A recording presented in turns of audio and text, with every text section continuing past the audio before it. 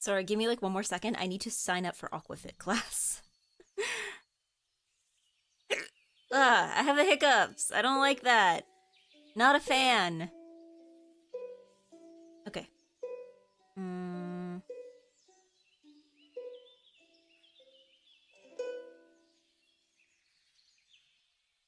Yes. Okay. Okay. Okay. Okay. Okay. I have hiccups. I'm good. But I have hiccups. This will presumably not last too long. Ah! Ugh. Ugh. Ugh. Ugh. I still have hiccups. How am I supposed to greet the raiders? Hello, Tristy. Hello, Tristy Alacria. Welcome. Ah! Yeah, hiccups are whack, but they're annoying, but it feels childish to get annoyed over them. See, the problem is that, like, I did not have hiccups until approximately 35 seconds ago. I unmuted the mic and instantly got hiccups. Like, this could have happened any time of day.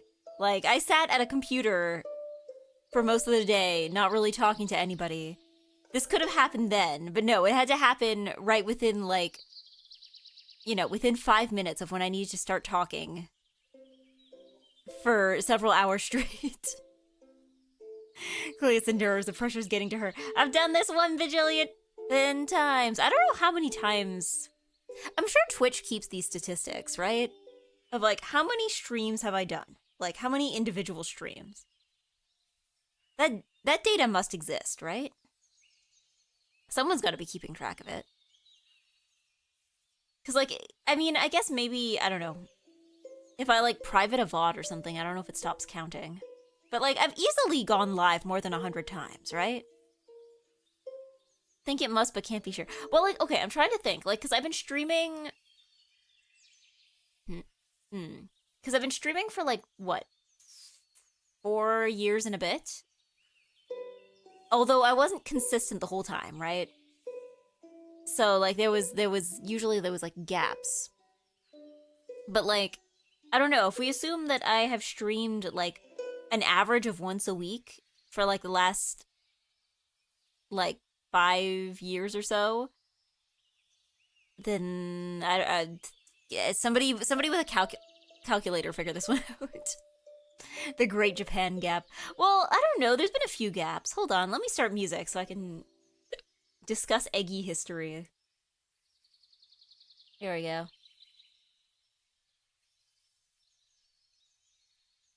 Is it picking up the music? I don't think it is. Very peculiar. Hold on.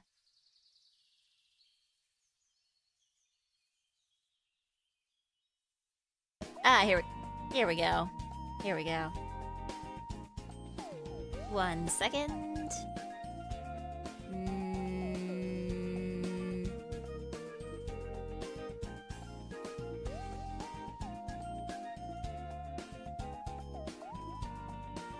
Okay. Now we are ready for egg. There we go. 638 days of streaming, 1,890 hours. Yeah, that sounds about right. That sounds about right. Because, yeah, there was the Great Japan Gap. Japan. Well, it wasn't just, like, Japan, right? Because I know there was, I mean, okay. At the beginning, like the very, very beginning, I was not consistent at all. Like, I guess I would be streaming a couple times a week, but, like, I was not consistent at all because it really depended on, like, my work schedule at the time and my school's schedule and, like, what my parents were doing at any given time. So, yeah, that was I mean, I wouldn't call it a gap because I don't think there was, like, one big gap. There was just, like, very, very inconsistent streaming, right? Then I think once I started school again. Well, hold on. Let me get the years right, because 2021 was when I started streaming. Fall 2021, there was definitely some big gaps. Because on one hand, I had my debut, but I definitely remember the week of my debut, because I was, like, in university at the time, right? the week of my debut, I debuted, right? And then I did like consistent streams for like a week. And then the next week it was like, oops, all the assignments that I was neglecting so that I could stream, all the assignments I was neglecting so I could stream have now all snuck up on me. And then I disappeared for a little bit because I had to do all these assignments. But then, yeah, I guess there was, yeah, some gaps due to school. There was the big Japan gap. There was probably another gap after I got back, though. I think maybe when I was working, when I was working long commute job, I think there was definitely a big gap. Maybe not an intentional planned one, but I definitely remember there being like weeks where I'd just be like, yeah, I can't stream, I have no time, and I have no energy. So I think there was probably a gap somewhere in there, but it wasn't a structured gap the same way that Japan was. Yeah. It's fascinating how this is prominently visible in the chart. Well, I think I streamed maybe like 4 times total when I was there. Cause like I remember there was a stream I did when I just landed. Like I hadn't even gone to the dorm yet. I was like streaming from the hotel. Then there was another stream I think I did around the holidays.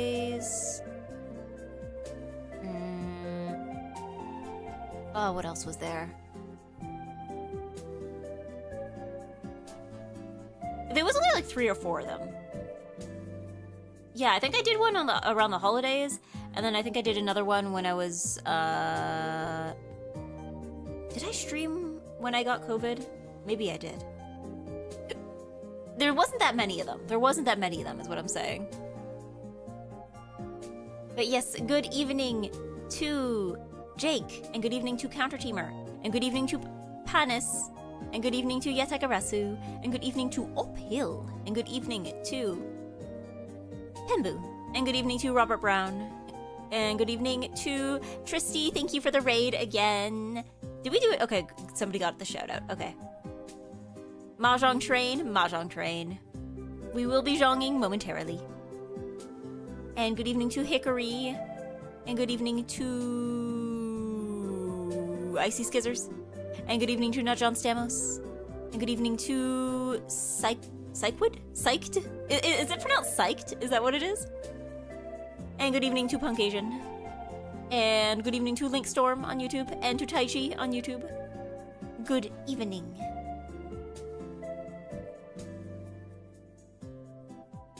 The Zhong calls. Call of the Zhong. Yeah, I think you can even see when you change streaming times in the chart, possibly because the Euro eggplants are sleeping. I mean, I think every time I've changed, like, time slot, I think there's been, like, a big change. I think not necessarily, like, a drop or a jump in numbers. I think it's more has to do with just people getting used to the new time slot, so. My powers have doubled since I last played. Have you been studying? Have you been studying the tiles?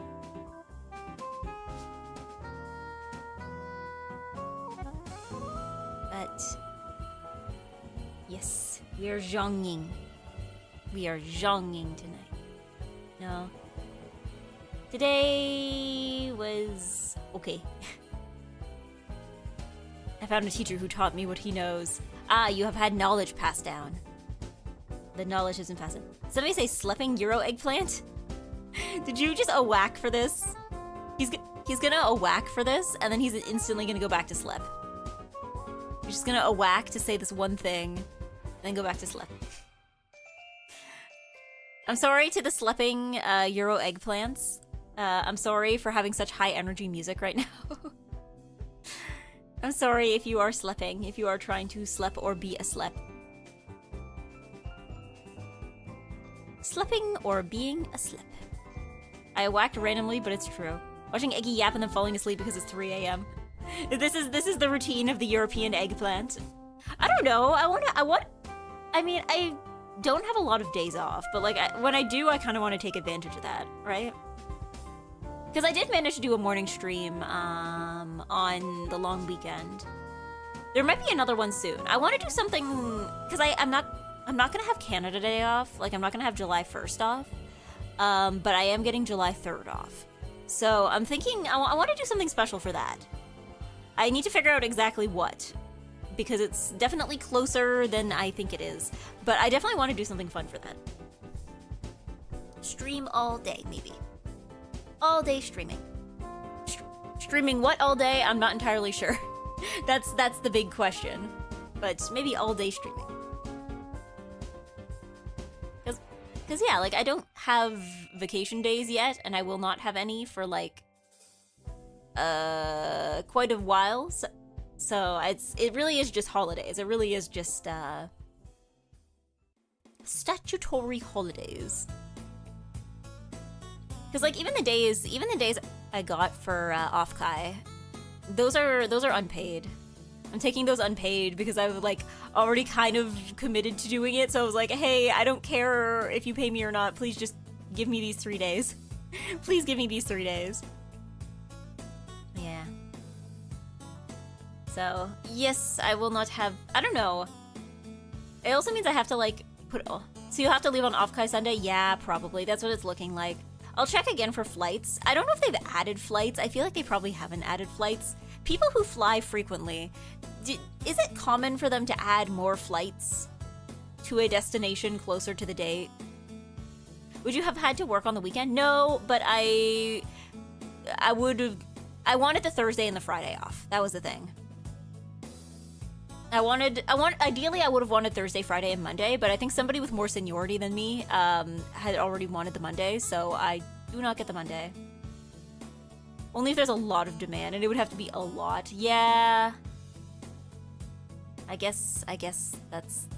I'm just gonna have to live like this. I will have to leave on Sunday afternoon, and everybody will be sad, and they'll be like, where's Eggy? And I'll have to be like, ooh, I already went home. Ooh. Why'd you get no vacation days? Because I just got hired. And this job I think has a longer probation period compared to other jobs I've had. So, yes, it will be a while before vacation kicks in. It's long enough that it made me, like, Google, like, legally, can they make it that long? And the answer is apparently yes, so. But, yeah. And this is a thing in Canada? Yeah! It's actually very common in Canada. So, usually for most jobs, there will be a probation period between, like, when you start the job and when certain things kick in. So, like, things like vacation days or,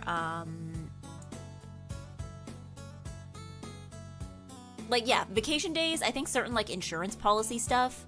Yeah, it takes, usually you have to be there a certain amount of time for it to kick in. And that's allowed, that's allowed. Usually, it's somewhere, like, probation period, yeah, benefits usually, yeah. Probation period, I think, can be anywhere between, like, 3 months and 1 year, depending on, I guess, what the business feels like. So, yeah, usually that's pretty normal. That's pretty normal. Is this not a thing in other places? I mean, to me, it kind of makes sense, right? Like, especially for, like, the more complicated stuff, like insurance and stuff, where it's like, okay, if it's, like, a benefits plan, it makes sense, I guess, to wait until you know for sure that this person's gonna stay before you, like, give them everything, but... yeah. There's a probation period here as well, but you still get your regular 30 days PTO and insurance. Yeah, I think here, yeah, I think they do have to give it to you eventually, but yeah, they're not during the probation period. Usually health insurance kicks in on day 1. I'd have to check for Canada, because I know where I've worked previously. I've only worked a few other jobs with health insurance. The first one, I don't remember when it kicked in, because I was so surprised that, because it was a part-time job, I was so surprised that they gave me health insurance that I don't even remember when it kicked in. I was just like, whoa, wait, really? I'm covered too? Cool, nice. And then I got a pair of glasses with it. But I think my previous job, I had to stay a few months before I got put on the health insurance.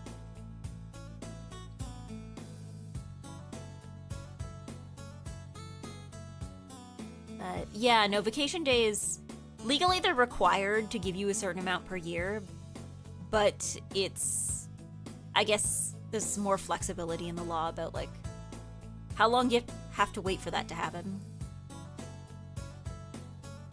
I was going to bed, but I thought I might as well check in. This is how I stay up until 6 a.m. No! Do not be awake all night. No awacking all night. You must sleep at night. At night, you must be bed sleeping. You must be bedged and sleeping. Ah.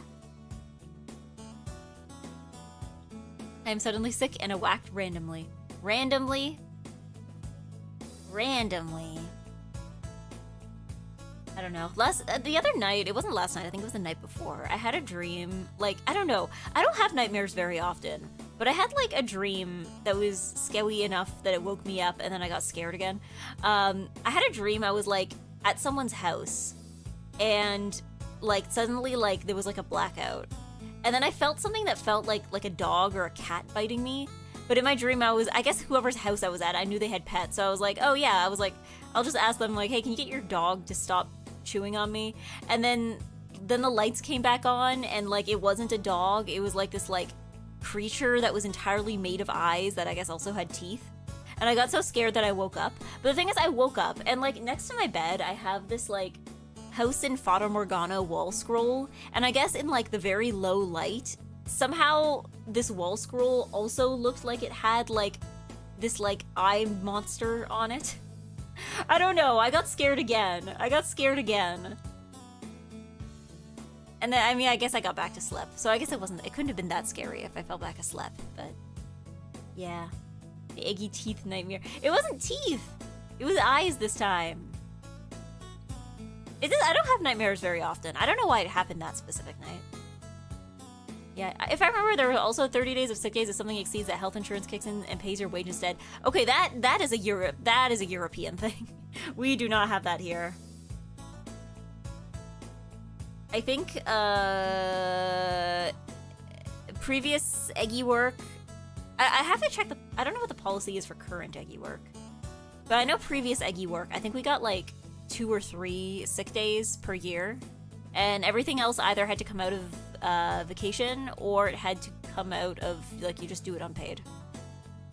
I'm sure maybe if you were sick for long enough, like if you were like in the hospital or something and you had like a doctor's note, I'm sure they could probably make some kind of exception or extended it. But yeah, if you were just like off for like a week, then or not a week, but like if you're off for like 3 days, it's like, okay, well that's all your vacation days, that's all your sick days, right? Federally, it's 10 paid minimum. Not sure about provincial. Is it 10 paid minimum? To be fair, also, I feel like my previous job also was kind of like getting things mixed up with vacation days versus sick days versus because like previous job they're like, okay, we have this many vacation days, but then you also get this many sick days and this many there was something that they called like floaters, which was basically like, I guess if you have like an appointment or something, the idea is that you could use those in like full day increments or part day increments. So like, I guess if you have like a dentist appointment and you need to leave like partway through the morning and then come back later, like I guess the idea was that. Those vacation days sound like sick days in disguise. You know what? It probably was that. I don't know if the law is like super strict about like, okay, these are your vacation days, these are your sick days, these are like, I think there's also other kinds of days you can get, but it has to be a very specific circumstance. Like I think I've gotten, like I think I once got like a relative of mine died and I got like, I think I got like bereavement pay or something, where I guess if you're missing work to go to like a funeral or something, then that's allowed. But again, that's like it's a weirdly specific scenario, and it's usually one that they only really deal with when it comes up, as opposed to being like, you have this many bereavement days. Like, yeah, bereavement is separate. Yeah. Yeah. Better not get sick. I don't know, the frustrating thing too is that like, if you have a job that lets you work remote, then I feel like the number of sick days is less of a big deal. Whereas I feel like when it's like an in-person office, it's like, okay, very cool. I guess everyone's bringing their germs in all the time. Very cool, thanks. Yeah, there's still a limit to bereavement days. Yeah, well, I mean, to be fair, I think it was only because I needed, like, one specific day off for a funeral. So I don't actually know what the limit was, because I don't think whatever I was doing was not, like, even remotely approaching the limit. You have exceeded your bereavement allowance. Stop being sad. Stop being sad.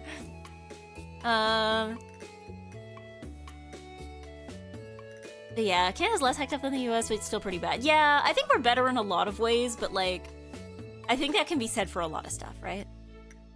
Oh, looks like the federal minimum for sick days is 0 in Canada, though provinces have different ones. Yeah, I don't actually know which... Because I know that there's definitely stuff that is controlled at a provincial level and some at a federal level, but I don't know which one is which and, like, which one overrides the other in certain cases. But yeah, I think there is... You are required to have some kind of sick day, but... I don't know who's mandating it. Someone's mandating it, but I don't know who.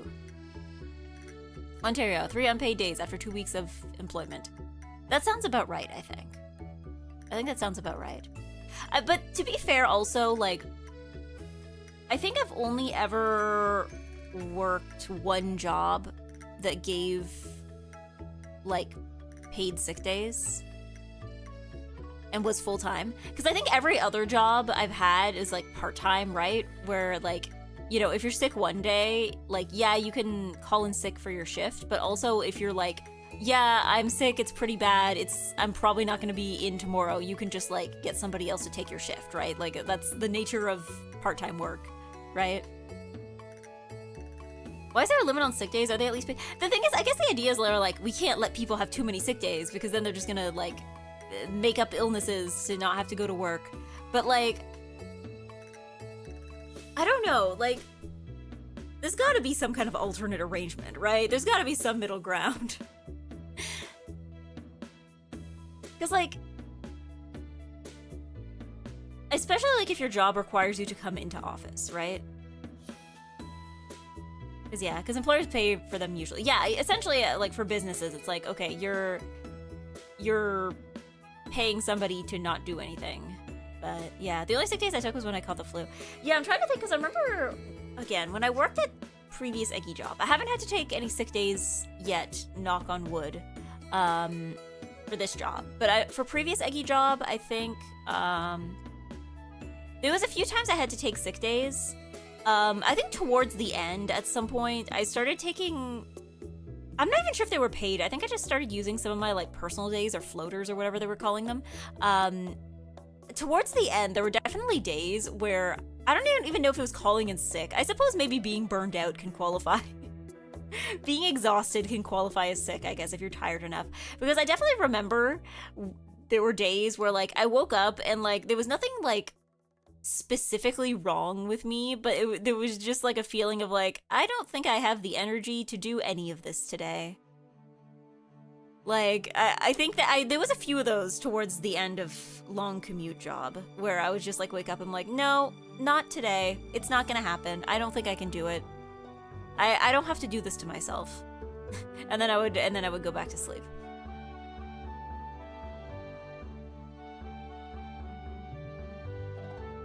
There was a feeling of there was a feeling of advertisements. Yeah, and that one time I had really bad allergies that they sent me home.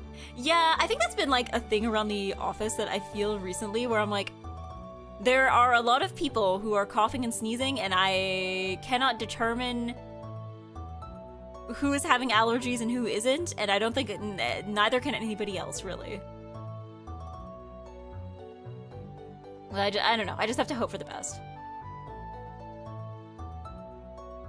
Because, like, yeah, I feel like if they sent home everybody in the office right now who had allergies, there would just be, like, no one working. Like, there would just be, like, me and, like, 2 other people in the building. Probably. But, I mean, I guess it didn't help today that, like, they were doing all sorts of, like, yard work. Like, I was gonna eat my lunch outside, but they were, like, mowing the lawn. So I imagine they were probably just, you know, dispersing maximum grass pollen today. So yeah, maybe that's why.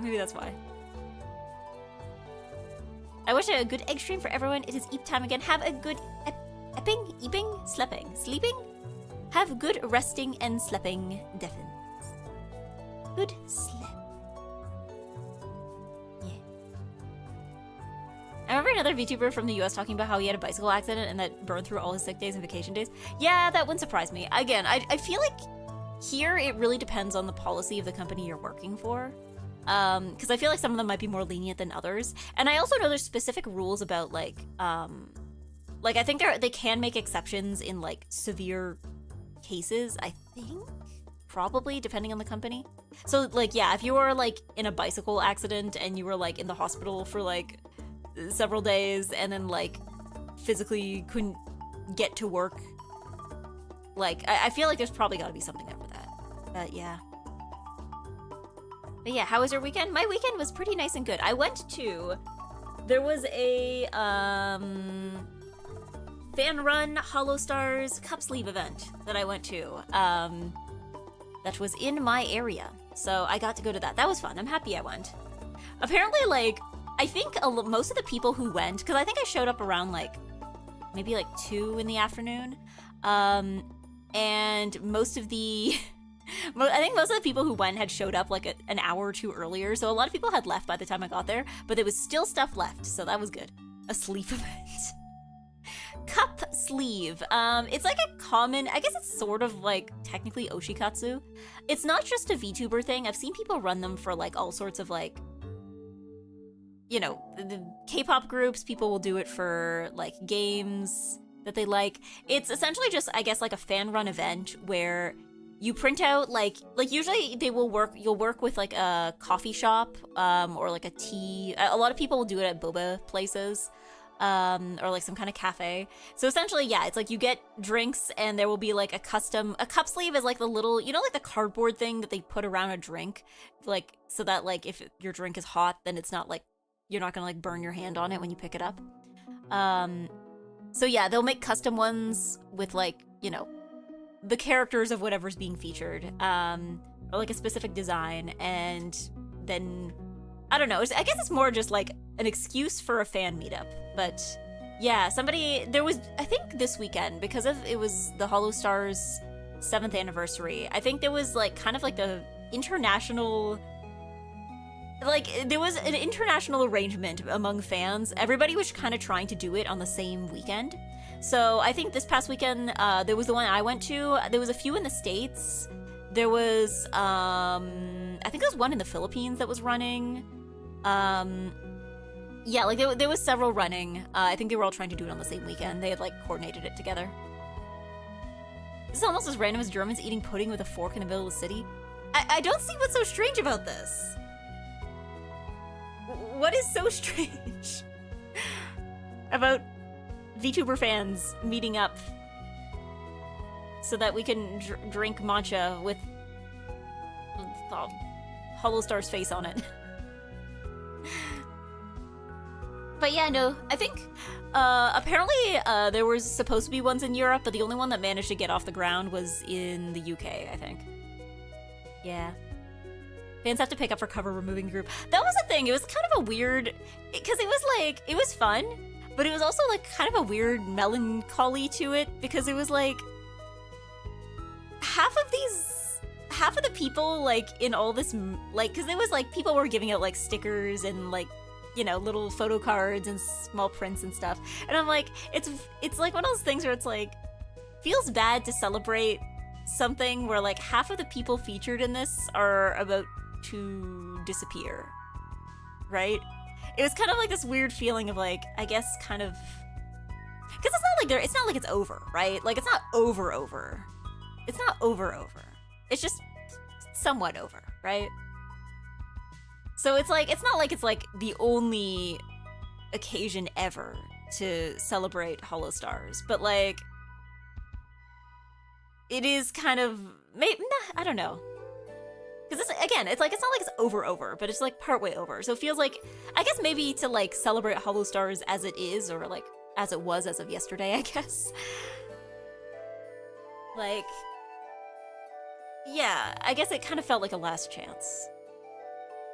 Yeah, this is Hollow Stars. Yeah, it was Hollow Star specific. Although there were people, because I think it was run. There is a specific group in my city that runs fan events for mostly just Hololive and Hollow Stars.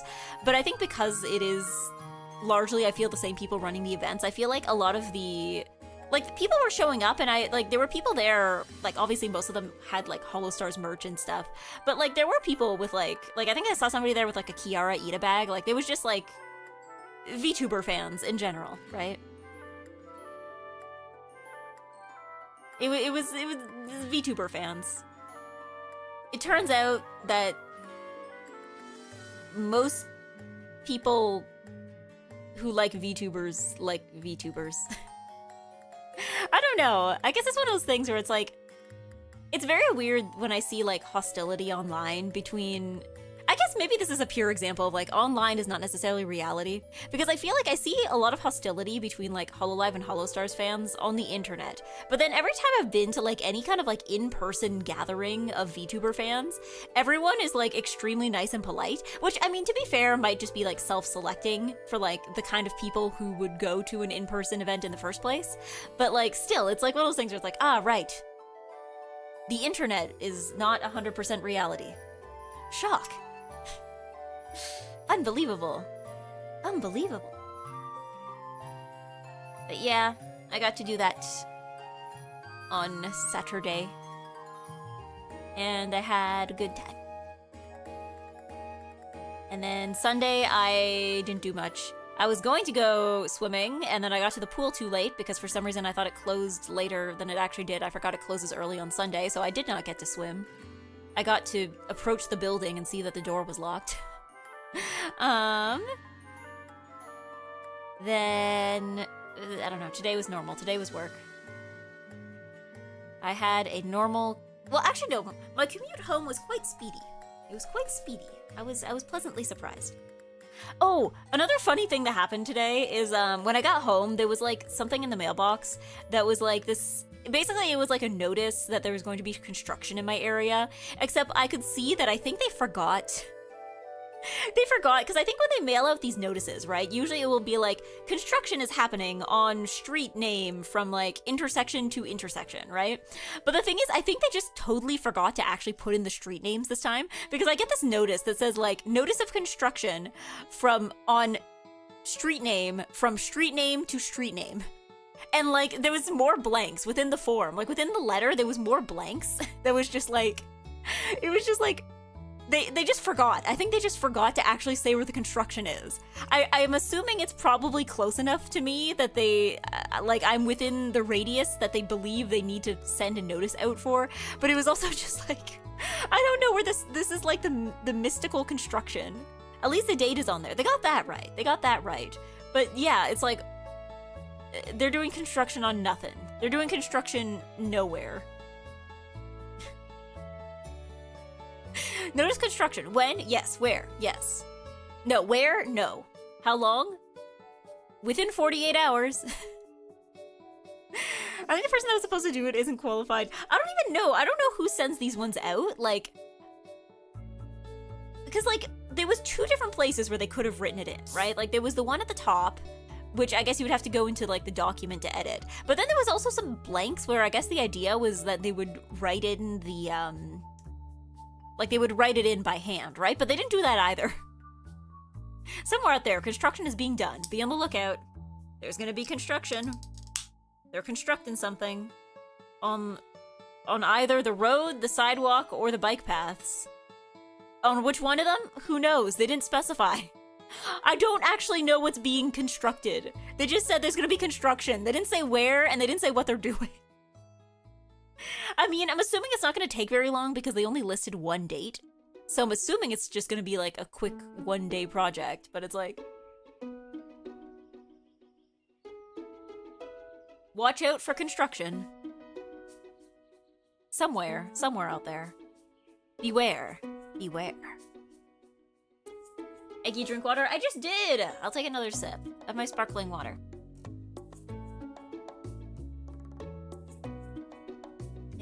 Downsides of warm weather Canada, construction cause you can't do anything in the snow. Yeah. I mean, to be fair, there was also construction happening in the winter. I have to clarify this. There was very much construction happening this winter. If anything, I think the construction actually, there might actually be less construction. Well, I think there's actually, well, okay, it's more like the same amount of construction. It's just that it's now like further away from me. Because I remember throughout the winter and like early spring, they were doing construction relatively close to me. And now there's no more construction close to me, but I think there's construction like much further down the road. So yeah, maybe they didn't stop construction, they just moved it somewhere else. The potholes in my city were brutal this year. I guess I'm trying to think, we have potholes definitely. I don't think they're that bad this year, but also I don't drive, so maybe they're less noticeable on the bus or something. In case your eggy throat feels poached. Poached! Poached. Yeah. No yellow, no honey. Honey? Wait, how are we pulling honey into this? Is it this? I'm assuming... I did not... Ah, yes. This is the one. This is the one. You got it. This is the one. I actually know this person. The person who posted. I didn't get to see her, but I think... again, like I said, there was a bunch of people who showed up, like... And I think they all left before I got there, so... Yeah. Yeah. So, yeah, that was actually the specific one I think I went to.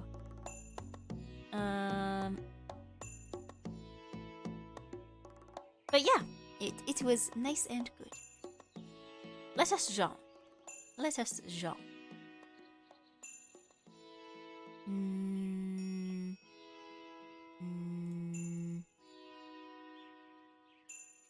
Zhanging. Wait, what? That's not the Zhanging. We're not in the void. Get out of the void. See? We're not in the void. We're in the nice Zhang area. It's the nice Zhang area. What was the event like? Again, it was like mostly just like a fan meetup, really. Everyone just chilled with their sleeves. Yeah, everyone just kind of chilled with their sleeves. Some people had brought like art. There was a lot of like photo taking. A lot of like, it's really like, it's Oshikatsu event, right? It's you bring your nui and you put your nuis, everyone puts their nuis in a pile and you take a picture. Like, that is the point of the event. And then I get to see other people's Ita bags and be like, wow, that's smart, I should do that. I need to figure out something. I want to put my nui in a costume. I saw somebody else had theirs in a costume. I think it's just the proportions of the nui is kind of weird. Hold on, let me just pin the code. Was it 45128? I'm sorry. No 67 this week. 45128.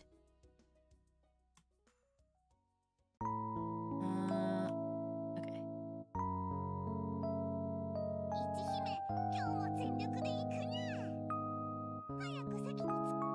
Give me a second, I'm gonna pin that on YouTube as well.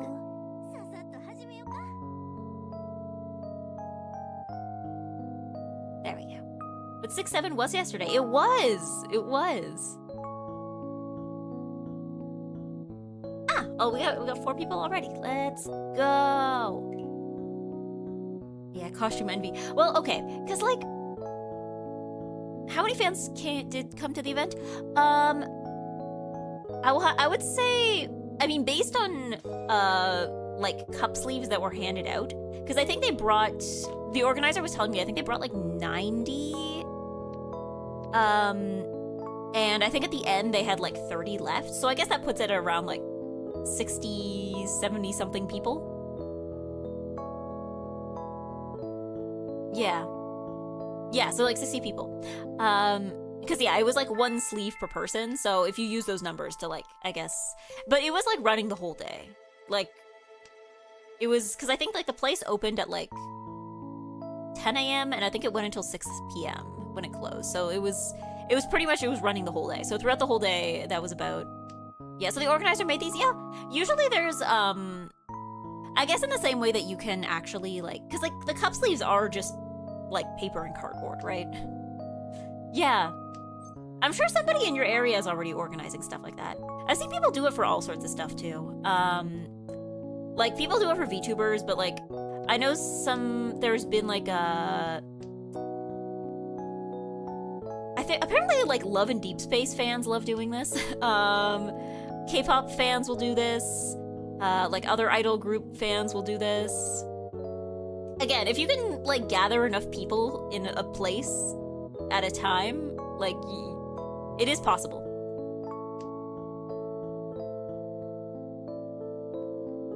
But, yeah. But yeah, no, the Nui, I wanted to put him in a costume. Because, like, the thing is that I've realized is that the Holostars Nuis are weirdly proportioned compared to a lot of other brands, or I guess a lot other common types that you see.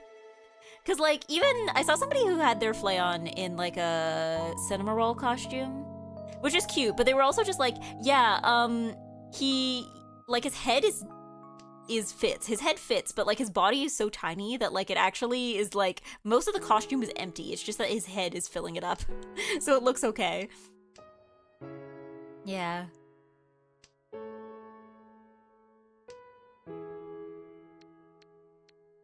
Guess I'm not really in any fandoms anymore. This doesn't also help that I am an almost 30-year-old dude. I don't know, there were people at the event who were also almost 30-year-old dudes.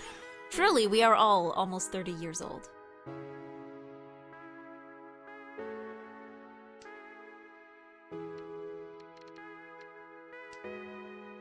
We are all almost 30 years old. I don't know, at this point I start to wonder, I'm like, maybe, again, I can't tell if this is like, you know, selection, what is it called? Like, sample bias? Like, if it's just because the people I know are all, like, roughly 30. Or if it's, like, in general. Because, like, I feel like the average age of a VTuber fan is, like, somewhere in the neighborhood of 30. But also, I'm like, maybe that's just, like, poor sample selection, right? Like, I'm sure there's gotta be somebody out there who has, like, a fan base of, like, 19-year-olds, right? Like, I feel like when I see people, like, who are into VTubers, who are, like, under, like, maybe, like, 21. Well, I don't know, I guess there are a lot of students. I just feel like when I see somebody who's, like, under 20, it's, like, an anomaly. It's not like, the usual average person, right? The bad ones that have no fear going out and meeting people and funds. I guess that's true. Like, yeah, I guess the people who are spending, like, $1 bajillion on their Oshi, yeah, I guess are more likely to be older compared to, like, college students who have $0. But I don't know, maybe it's just compared to, like, other things I've been a fan of previously. Like,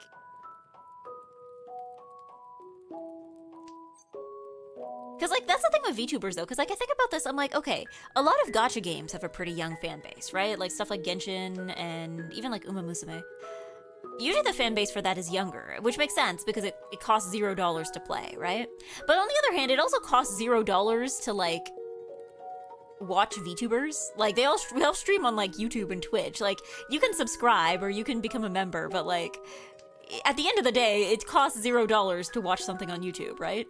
So I'm like, I don't know how that affects things like that.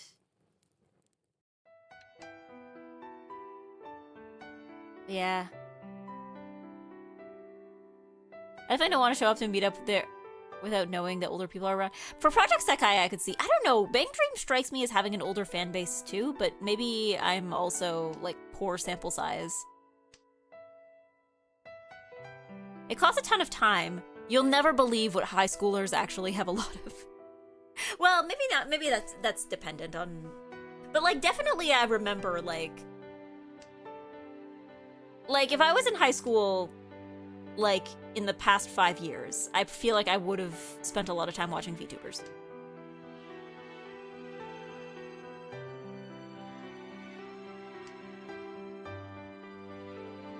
But Eggy, they have to Fortnite. Okay, and how many of you guys are playing a separate video game other than Mahjong Soul while you watch the Eggy stream?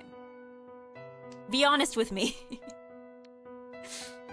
I am inherently second screen content here. Alright, if you're not zhonging, what are you playing while you watch Eggy? Is it Tomodachi Life? I sometimes play Yu-Gi-Oh! I'm playing Go. Cause yeah, like, I've played video games while listening to people. I'm watching a second Mahjong Soul stream. Double zhonging. If you're gonna double zhong, at least play in my game. At least play! At least play! No zhong, only watch.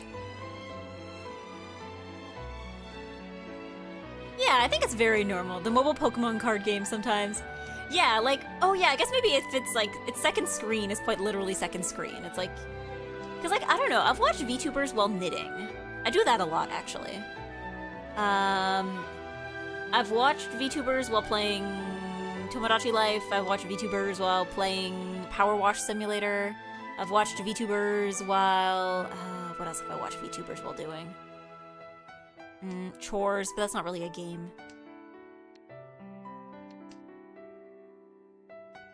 Some viewer, I'm watching 4 Mahjong streams. You just have like a serial experiments lane looking setup, and every single screen is playing a different Mahjong stream. And then you like, your computer just doesn't know what to do when like one of the streamers inevitably raids into one of the other ones.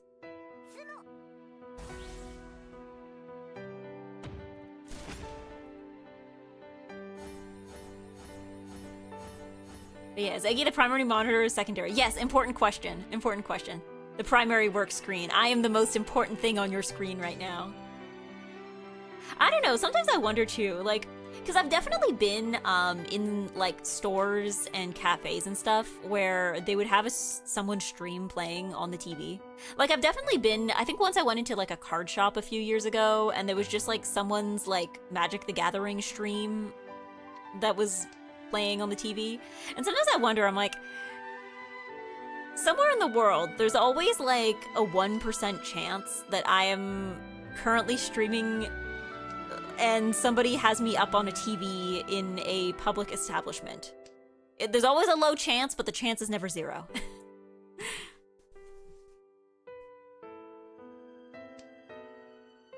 Yes, good evening, Lamore of Break Day. Mahjong Soul addict at this point, I guess.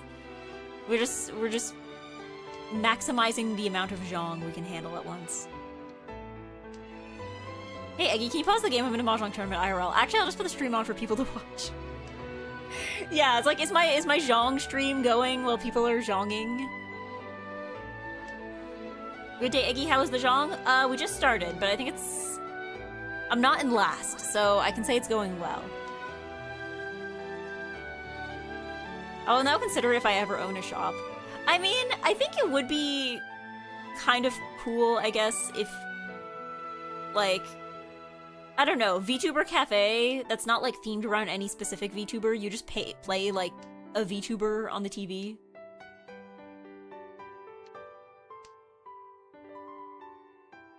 Though you would have to stream at Euro hours. That's true. Everything's probably closed right now.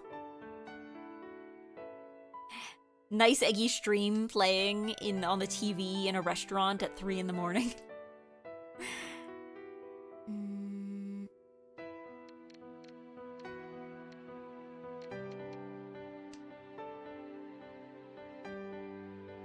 That was a pop-up shop idea I considered. I just don't have any funds. Yeah, I mean, I'm sure that, like, there's probably somebody out there who's probably tried to make that a reality. I guess it's one of those things that you need to have a clear plan for it, though, right? You need to be like, okay, this is a fan project for, like, this specific thing, as opposed to just be like, VTubers! End of sentence. Howdy, Marie. Hello, Sheriff Pumpkin. Good evening.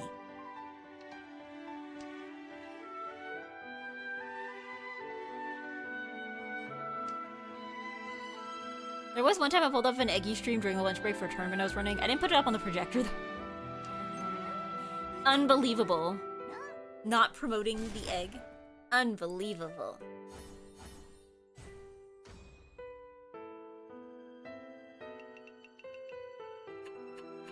Yes, Mahjong Monday, hi Eggy, hello, a light snack.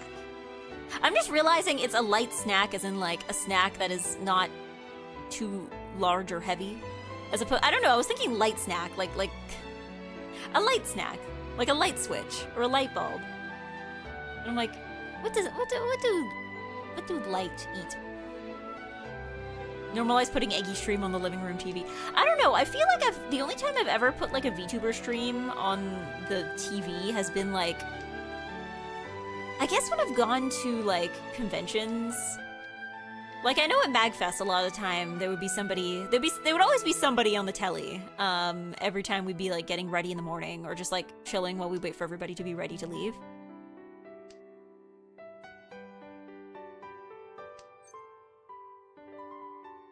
But like, again, that's the gathering of VTuber enjoyers and VTubers. So like, it's kind of... Yeah, putting YouTube on the telly is probably easier. Yeah, I don't know if Twitch works on the telly everywhere. Good thing Eggy is also on YouTube, and you can put YouTube on the telly.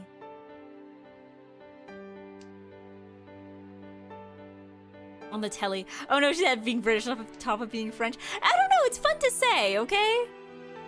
It's more fun to say that something's on the telly. Is it not fun to be like, oh yes, Eggy on the telly? You're Oshi on the telly. Hololive girl on the telly. Is it not just fun to say that things are on the telly? Okay, not wrong. I need everybody who is, like, in a position to do so to just, like, say right now what they would like to see on the telly. Like, if they could put anything on the screen, what would they put? Like, I need you all guys to say it, like, out loud, too. Normalize VTuber streams on the background TV at stores. Yeah! We need to use VTuber streams to know how good the colors on this flat screen TV are. I don't know why Elaborate is flat screen. Every TV nowadays is flat screen. But, like... Need to walk into a store and see, like, the same guy's face, like, 75 times because it's on every screen. Like, particles of light? What do you mean? Oh, a light snack. Yummy light. The telly doesn't serve random rabbit holes YouTube puts you in. Oh, well, okay, I'm not talking about the telly as in, like, television as a concept. I'm talking about the telly as in, like, the physical item of the television. Like, if you put me on the screen, like, yes, Eggy on the telly, but, like, I'm not on the television. Like, you're not gonna find me on a TV channel. No one's airing this. But I am on the television screen.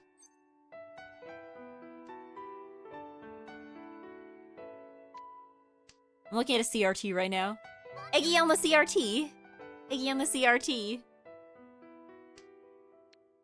Twitch is airing this. Yeah, but Twitch isn't like a TV channel. You're not gonna get Twitch in your cable package. Putting Coco Melon on the telly. Oh, I remember a few years ago, because when I was at, I think the first year I went to MagFest, I think I had cast something to the TV when we were just like hanging around. And, well, oh, that's fine, I didn't need that towel anyway, I guess. So I cast something to the TV. And I guess unknowingly that logged me into the TV there somehow. Because a few months later, I was like looking at my YouTube watch history, and there was just like a bunch of stuff in there that like I would not watch, and I don't think I ever would watch. Like, it was all stuff that was like, not like small children, but like, if you think about what like an 11-year-old boy might watch on YouTube, it was like that kind of thing. So I was like trying to figure out, I'm like, did I get hacked or something? And then I like checked all the devices I was logged into, and one of them was like Washington DC, and I'm like, excuse me? So yeah, it turns out that like I unknowingly logged in and just like never logged out, and then I had to like delete a whole bunch of stuff from my watch history before it started to affect my recommendations. Because I think somebody probably like put on YouTube for their kid, or their kid turned it on themselves, and there was just a bunch of nonsense in my recommendations. Twitch.tele. Twitch.tele. Oh no, her feed is full of Minecraft now. No!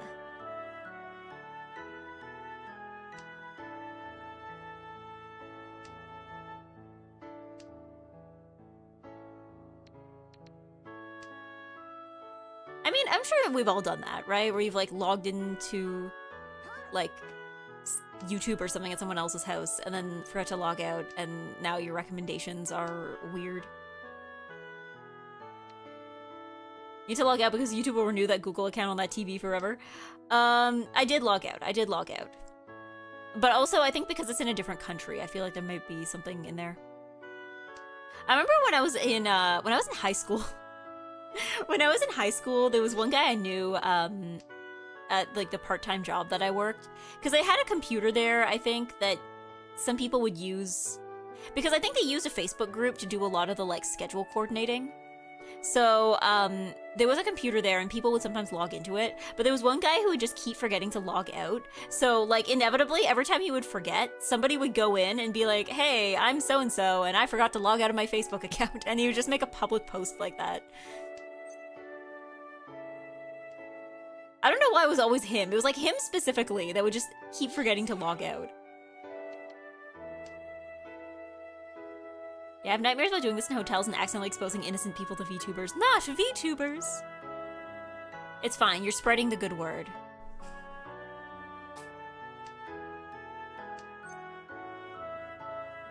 It's actually okay to watch VTubers. That might be a controversial statement, but it's what I truly believe.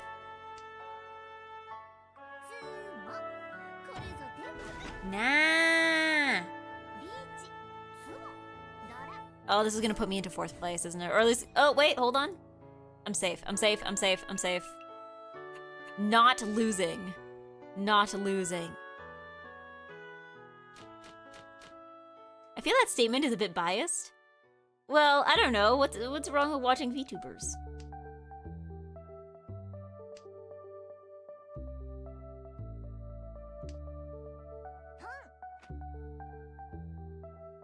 It's actually fine. Personally, I'm a believer. It's actually okay to watch VTubers. Did you know it's also okay to play Mahjong? Sincerely held belief of mine. Eggy, drink water? Yeah, I think I will actually.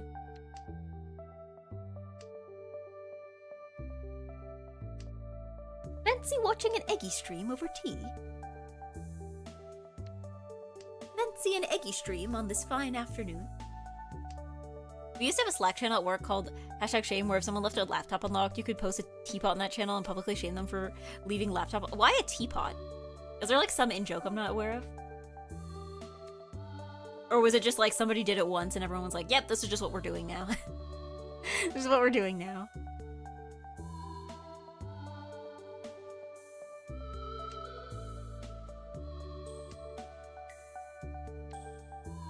Spilling the tea? I mean, yeah, but like, I feel like spilling the tea means you need to have tea to spill. I just don't think that like, somebody forgot to log out of their work computer counts as tea, right? That's not gossip. That's not, there's nothing to it. Actually, I'm here because I'm a VTuber Eggy and Mahjong hate watcher. What a coincidence. Absolutely despises Mahjong. Watching Mahjong out of spite. Actually, I have committed a grave sin, and I am sentenced to 1,000 years of Mahjong, and that's why I'm here. Be more sensitive. Can't believe you didn't think of that. The teapot was because someone left their laptop unlocked, so often the people were able to send the whole lyrics of I'm a little teapot and became the in-joke to send a teapot. Ah, okay, so it was an in-joke I wasn't aware of. Okay. The Zhong jail, yes. You've been sentenced to 100 years of Mahjong. Without parole.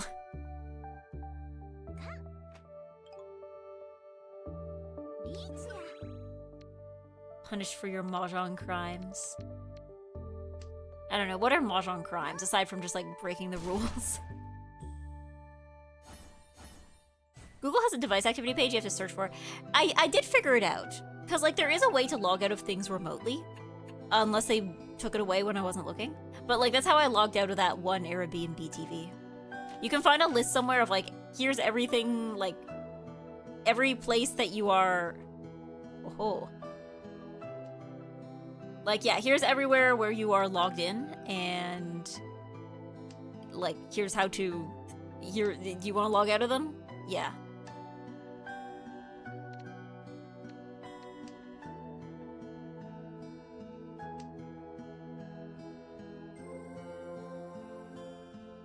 Calling Ricci while in free 10? I mean, yeah, I guess. I don't know, but the thing is that Mahjong crimes can't just be like cheating at Mahjong, right? Like, you can't say Chombo is a Mahjong crime because that's just like playing it wrong, right? That's like a Mahjong mistake.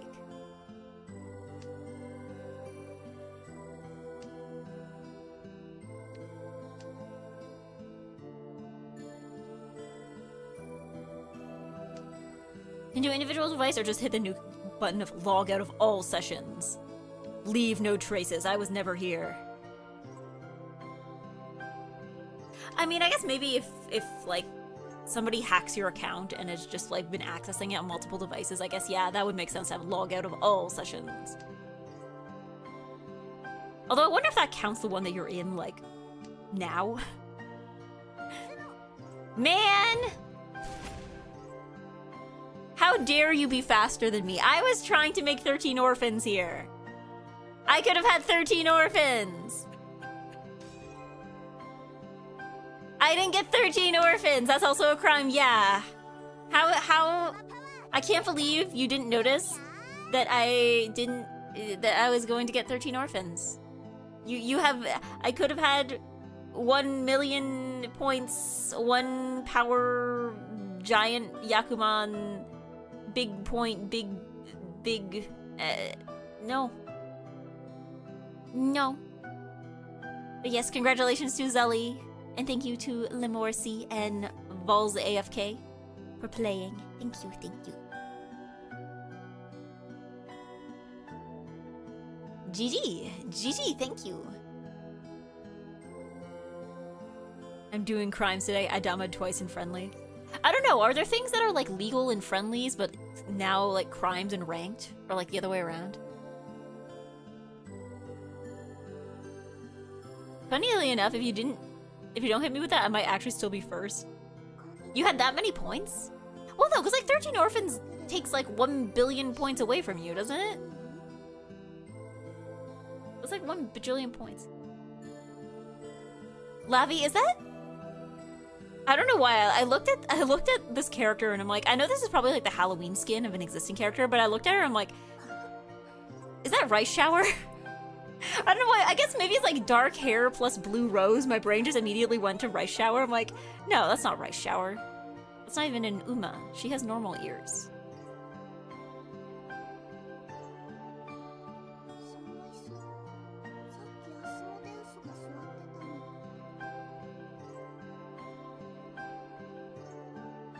Mahjong Crimes making a new Yaku called 6-7 and all the tiles are 6 and 7. I've seen people do that. 6-7. 6-7. I know people were joking because wasn't there like an Xbox thing, like where they announced a bunch of games and it was on 6-7, and then Nintendo's doing a direct on 6-9, which is tomorrow. Whoa. Oh, hi Beppa! Hi Beppa! Hi Beppa! Hi Beppa! Hi Beppa! Hi Beppa! I need a triplet sequence Yaku with 6-7. I mean, to be honest, if you can get that, they honestly should give you extra points. Hi Eggy, hi Eggy, hi Eggy, hi Beppa! It is a squint enough to add a horse ears to her. Yeah, she, like, again, it is just like Rice Shower vibes. Like, if I looked too fast, I would have just assumed that was like, oh, yeah, that's Rice Shower. But yeah. I think I'm gonna be at work when the direct is happening, so I think I'm probably just gonna have to watch it on mute and, like, glance over and hope that, like, nothing interesting happens while I'm not looking. Yeah, 10 a.m. your time. Because, yeah, like, I've had some jobs where I could put, like, one headphone in and get away with it. I think I'm still too new at this one. I don't think I can get away with having a headphone in.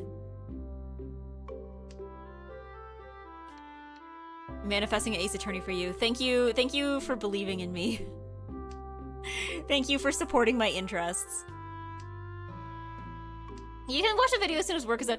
Yeah, but that's different because you gotta react to it in real time. You gotta, even if you're not like streaming it, you still gotta be like, whoa, at the same time as everybody else. But yes, I'm hoping for Ace Attorney. I'm hoping for Ace Attorney.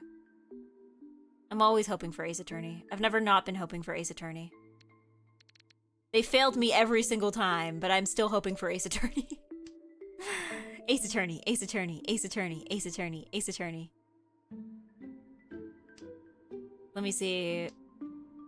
What can I hope for tomorrow?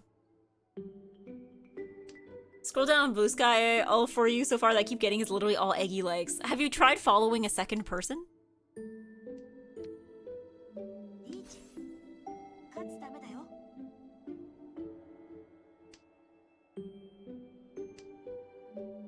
I feel like the For You page, like that one For You one that everyone uses, I feel like it's like, it tends to be dominated by like the likes and reposts of like whatever the most active person you follow is. So. Yeah. Your Ace Attorney streams with Bodega and Kenji a couple Christmases ago were really delightful. Thank you. I always wanted to like stream that specific case for the holidays. There we go. Much better. But yeah, I'm trying to think of the... Okay, is there anything other than Ace Attorney that I'm hoping for? I'm assuming we're gonna hear something about Fire Emblem. I don't know what it's gonna be, but like we'll hear something. I have lost all hope. I mean... I think... It's been 10 years since the last mainline game, right? Spirit of Justice was 2016.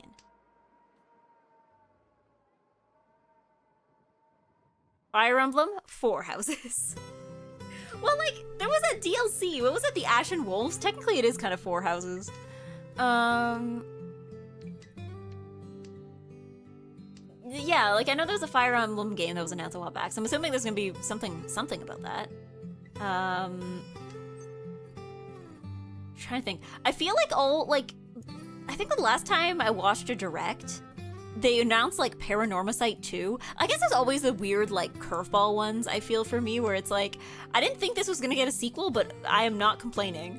Like Paranormasight 2, like for Mermaid's Curse, that was like such a huge thing because like, I think I was also like watching the I was watching the stream at work on mute, and I just like see the storyteller pop up on my screen, and I'm like, trying not to react too hard because I'm like, I didn't think it took me a second to remember who that was because it had been a few years since I had played the first one, and I was like, I didn't think this was gonna get a second one, and I didn't think if there was a second one that it was going to be announced via Nintendo Direct.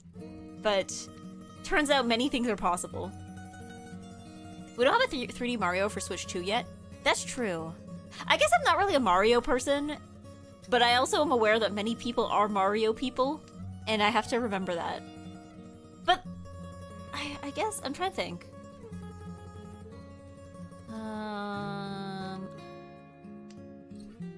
Is it Zelda? Is it new Zelda o'clock? When did Tears of the Kingdom come out again? That was like what, 2022?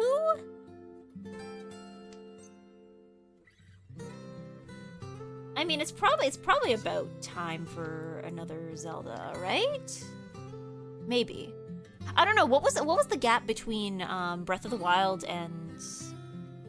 Yeah, it's new Mario o'clock, but not new Zelda o'clock. Okay, yeah, that's true. It might be a little earlier. Because, like, Breath of the Wild was, like, 2017 to 2022. So that's, like, a gap of, like, 5 years. So, yeah, I guess we're not quite there yet. I think we'll be there soon, but we're not quite there yet. A pop-off of new Pikmin. Pikmin. Pikmin. Maybe new Animal... Well, no, I don't know if it's new Animal Crossing o'clock quite yet either.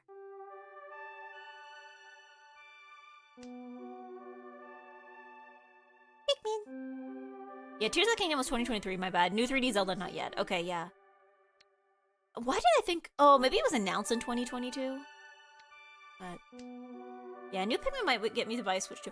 I'm trying to think of what would make me buy a Switch 2. I'm trying to think. Let me see. It would have to be something that's an exclusive. It would have to be like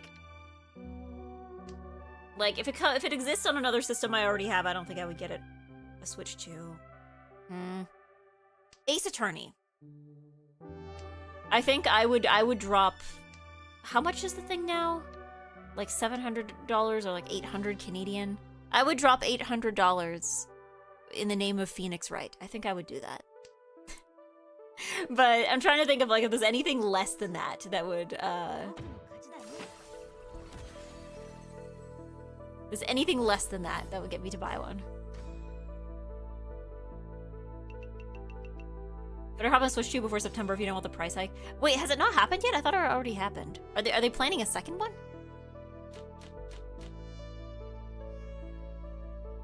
Eggy domination? Yeah, I'm doing way better this game than I did the first game. Everybody believes in me more this game.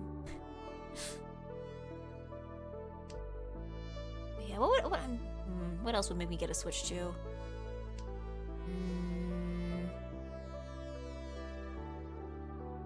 Japan price hike happened. Rest of the world is before September 1st. Ah, okay.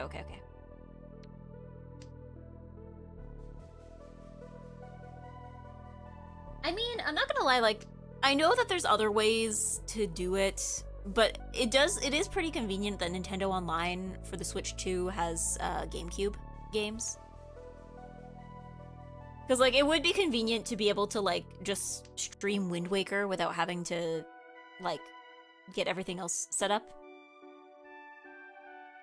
So, that would be convenient. I don't know if it's convenient enough to make me, you know, spend $800 to do it. But it would be convenient.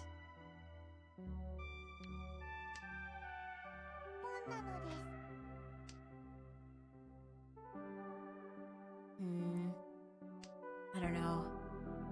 What would have to happen on Switch 2? Because, like, I mean, I guess I like Fire Emblem. Would I like it enough to buy a whole system for it? To be fair, I kind of did that for the first Switch, though. Because, like, I think one of the first games that I bought for my Switch was Three Houses, which I bought because, like, all my friends were talking about it. I got peer pressured into playing Fire Emblem Three Houses. Only I'm that insane. I mean, I'm trying to think, what else? For Fire Emblem? I don't know. I guess I would probably want to wait for the reviews for the new Fire Emblem. Because, like, I remember Three Houses, to this day, is still the only one that I've played. But I remember at the time, like, it was, like, big, explosively popular. Like, everybody I knew was talking about it, even if they hadn't played Fire Emblem before. I'll let you know if it's good or not. I will need the Bebo review. But also, too, I don't know. I feel like maybe when it comes to, like, I'm not the best at strategy. So I feel like when people talk about, like, the game is good, I'm like, okay, what's the story like, though? I feel like I tend to focus more on that than, like...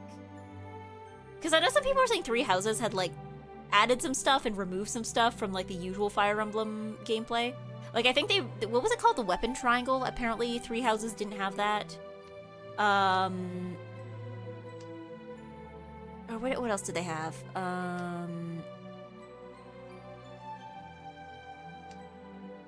What was it called? Like Gambits or something? Like the one where you're like leading an army that can like do an additional attack? That was new for Three Houses.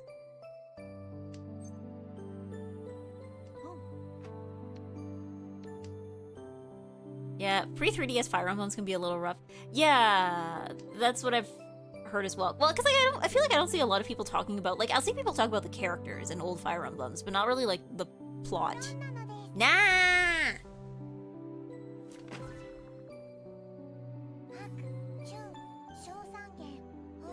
Three Houses has the best writing, but the bar is pretty low. I also feel like, I don't know, I feel like people might not really... Okay, well, I'm in second place, so it's okay. I feel like because, like, Three Houses is it's been around so much and has been discussed to death, to the point that I feel like nobody actually knows. I feel like nobody can really say anymore, like, what the actual quality of Three Houses was, because I feel like if you dissect something and you cut it into enough pieces, then it stops looking appealing, and that's just how that works. I bought a PS5 to play Stellar Blade. I haven't touched it since. I'm trying to think, even if I, like, got a PS5, like, if I just got gifted a PS5, I don't even know what I would do with it. Like, I feel like there are games for the PS5 that I would enjoy. It's just that, like, most of them also exist for other platforms that I already have.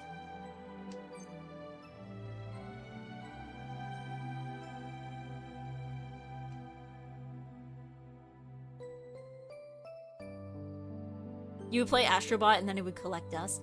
There's gotta be other PS5 exclusives. I mean, maybe not exclusives. Persona? Oh wait, no, wasn't that on Xbox? I think that was on Xbox. I'm still living in 2018. I'm like, yeah, Persona 5, that was originally on the PlayStation 4. I'm still living in 2018. I thought Three Houses was dreadful to play. Have you played? It would have been better as a visual novel. Have you? I don't know. I guess I do like when there is stuff to break up the visual novel. I think my thing with Three Houses is that I played Black Eagles first, which somehow I've been told by consensus was the wrong answer. Apparently that was the wrong answer. I, to this day, also still haven't played, was it Blue Lions? Dimitri's Route. I know everybody likes Dimitri. I do not care enough for Dimitri to play a whole route of Dimitri. I think this is not a majority opinion. Despite the fact that, like, I feel like Dimitri has a lot in common with characters that I, like, typically like, I just could not get into Dimitri.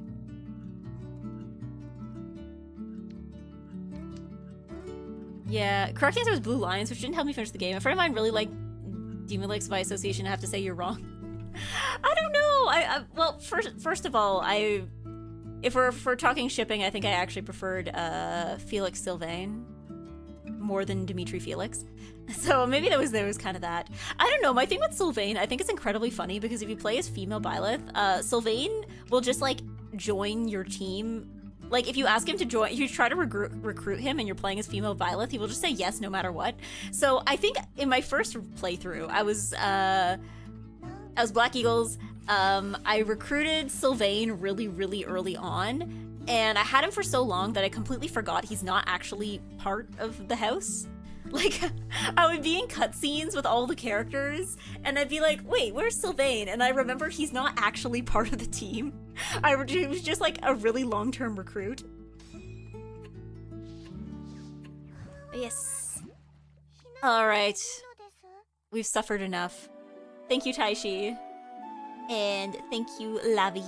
And thank you, Beba. Thank you for playing. Congratulations, Taishi. I got second. That's better than third. Want Sumo for a South game? I mean, and I wanted to get 13 Orphans today, but we all can't always get what we want. Yeah.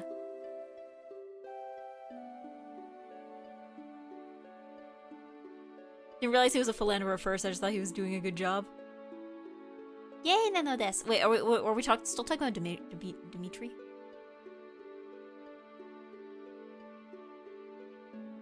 Almost got a Daisan gun? Yeah, and we can't always get what we want. We can almost get a lot of things in this game.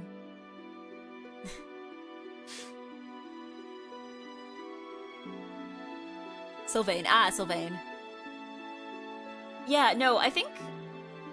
I don't know, also too, because it was my first time playing a Fire Emblem game, I also had no idea what I was doing. So there was characters that, like, like, what was her name? The archer lady, Shamir, I think is her name. She carried me. Like, I don't know what I think I gave her some item that gave her like ridiculous accuracy or something, because she carried me throughout my entire first playthrough. And then when I started a second playthrough, I don't know, I couldn't make the magic happen again. I recruited her again. I don't know what I did the first time. She was so powerful the first time somehow. And then yeah, I just couldn't do it again. I don't know what I did. Same thing with Felix. Like, I did something with Felix the first time around that made him just like invincible, and then I just couldn't make the magic happen again.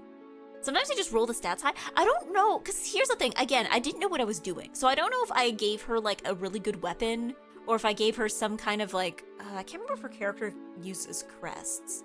But I think I might have given her some kind of, like, item that made her gave her better accuracy or something.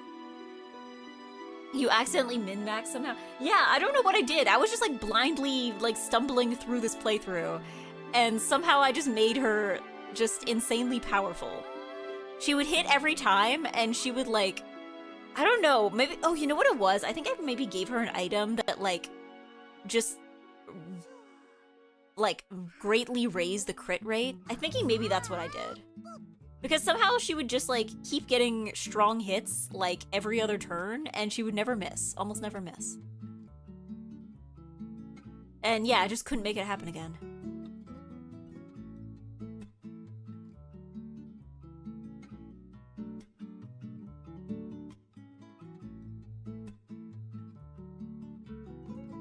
Wouldn't be neat if they patch in mouse control for Tomodachi Life. Don't they already have that on the Switch too?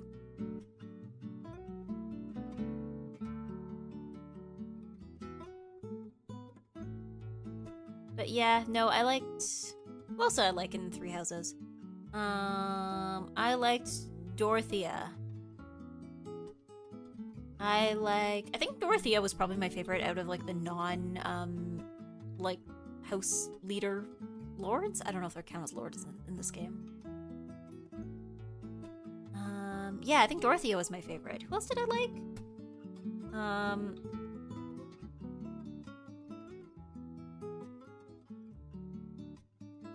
I wanted to cosplay Edelgard. Actually, if COVID hadn't happened, I would have cosplayed Edelgard that year, I think. I was trying to do a group because we were trying to find... I knew somebody who wanted to be Claude, and then we were looking for a Sylvain, and then I guess pandemic happened and that never happened. I think I still have the wig, though. The Edelgard wig was insanely long. It was, like, down to, like, my hips, at least. Like, I don't think her hair is even canonically that long in any of the illustrations. Maybe I'm short, maybe... But, like, no, actually, I'm Edelgard size. Like, Edelgard is canonically, like, 5'2". Why was the wig that long? Did they just assume that, like, whoever would be wearing it would be, like, taller or at least have more upper body, maybe? Yeah. It was, I don't know. I don't know how that cosplay would have panned out, because I think also, too, like... I feel like... It was the first time I was wearing a wig that didn't have bangs. Because, like, you know how, like, for wigs, for hairlines, right? Like, usually, if you have a character that has, like, bangs or, like, at least some hair in the front, like, on top of the forehead, you don't have to get, like, everything super precise for it to look good. Like, it doesn't have to, like, line up perfectly because it's, like, you know, you're not actually seeing where the hair meets the scalp. You're just seeing the bangs, right? But, like, Edelgard is not like that, and I think that was the first time I was working with a wig that wasn't banged, did not have bangs. Which outfit? I think I was just going to do the regular school outfit, like pre-time skip. I'm not insane enough to do the giant, like, emperor headdress. I'm not insane enough for that. Honestly, I saw a few people cosplay, like, post-time skip Edelgard, and apparently that kind of thing is, like, extremely hard on your neck. Like, that kind of headdress, you can't wear it for very long, or it starts to, like, hurt your neck just because of how heavy it is. And I imagine you also probably, like, everyone I saw wearing it was kind of moving rather slowly, because, yeah, I guess you can't really, like, turn your head quickly with that, otherwise it's gonna, like, start to shuffle around or fall off. Oh god, how are they keeping that thing on their head, actually? Because I know some people I think had it as a separate piece, but I think some people like built it into the wig, at which point that must have been like just cemented onto the scalp. Yeah.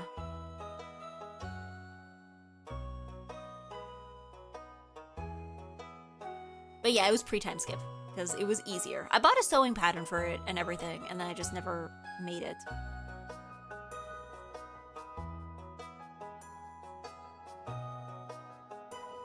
Yeah, I think the girl designs for post-time skip are kind of eh. I'm trying to remember, because I remember the Edelgard one. I'm trying to remember, because I remember there was at least one character who just, like, straight up becomes a different person. In the time between time skips. Let me try to... What does everybody look like? Fire Emblem, 3 houses, 3 versus post time skip. There is somebody who just straight up becomes a different person, I feel. Let's see. Who was it? I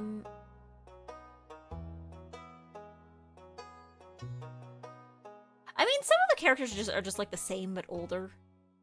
Like some have longer hair.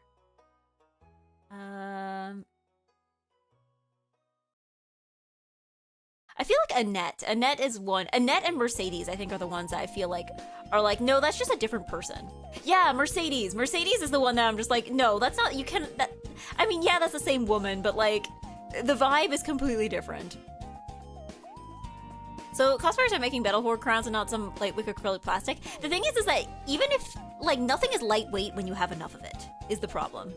Like, yeah, people were making, like, usually when they were making their metal horn crowns, they were making it out of, like, the lightest material they could find, but, like, you know, if you have enough of anything, it's gonna be less light, right?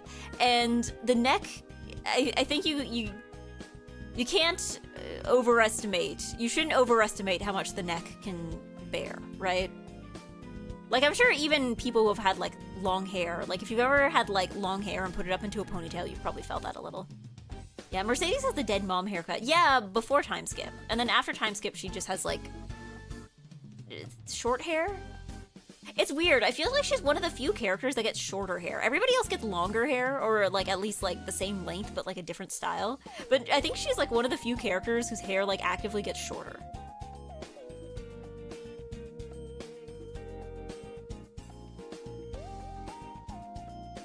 Yeah, I'm gonna be real, I also did not like Claude's post-time skip design, but also I think I'm just, like, not a big fan of whatever facial hair it is that they gave him.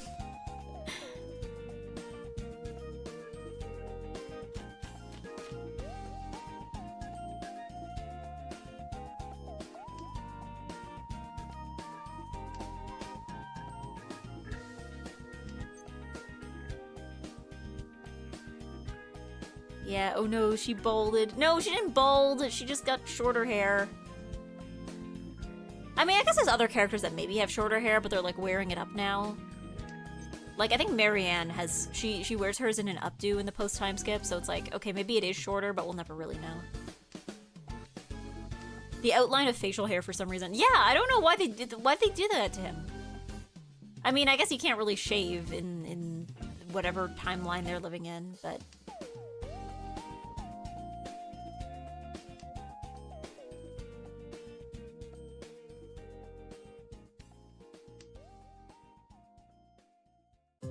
I think Lauren's...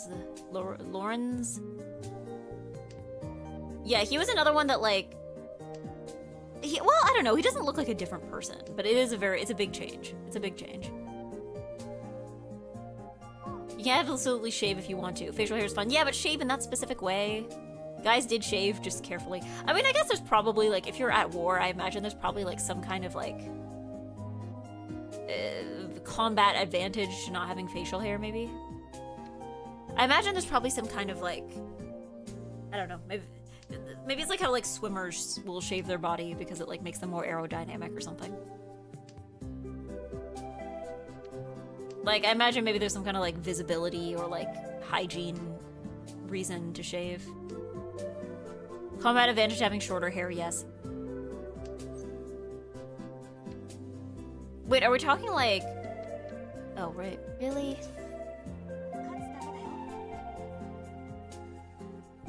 Yeah, the other people can pull your beard. Yeah, that too, that too. I guess having more long hangy things hanging off of you probably doesn't help. Like, I guess there's a reason why, like, people who fight who have long hair will typically tie it up. I believe my account is recovered. Hello, Jake. I mentioned facial hair, so I assumed you would show up eventually. As the topic of beards came up, I'm like, where is he? Where is he? This seems like a thing he would have something to say about.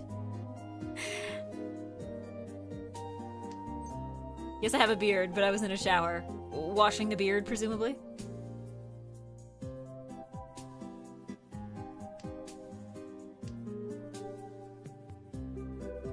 Removing stink. De-stinking.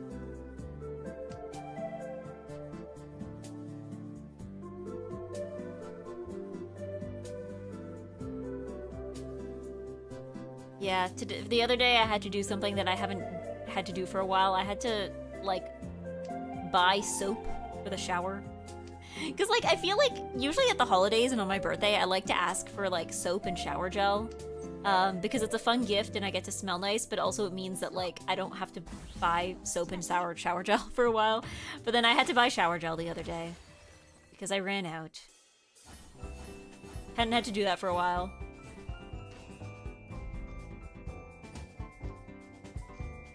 You thought I had opinions, you mean because you remember I have a beard or because you think I'm brash and opinionated? I just feel like every time the topic of facial hair comes up, you jump into the conversation. Like, everyone is allowed to have favorite topics, and I think that's one of yours.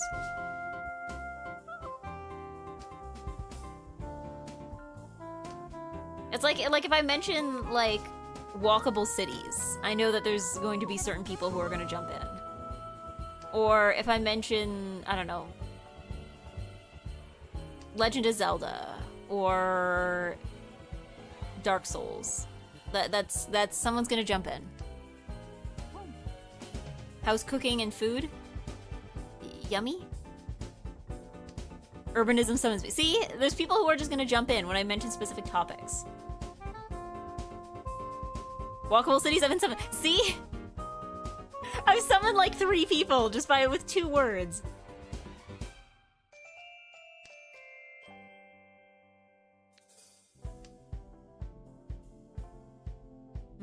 Potatoes. I think I'm gonna summon another person. The magic words to summon eggplants.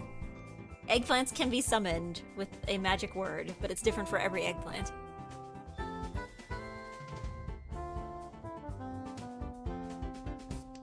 Potato.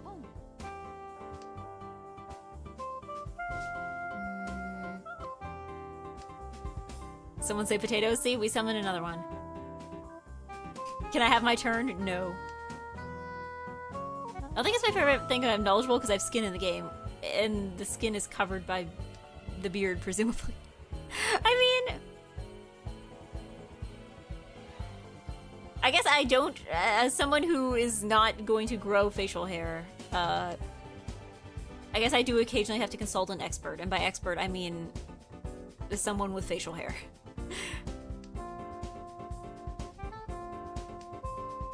Oh, the beard study won an IG no- a beard study?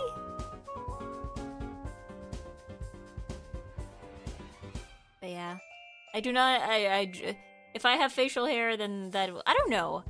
I guess sometimes I get, like, random chin hairs that are, like, thicker and darker than normal, and I have to pluck them out. But there's not, like, a lot of them. It's not like a beard full of them, it's, like, 2 hairs, right? I don't know. I think it's some kind of, like, hormones thing. But, like, I don't know what's the normal amount of chin hairs to have at this age.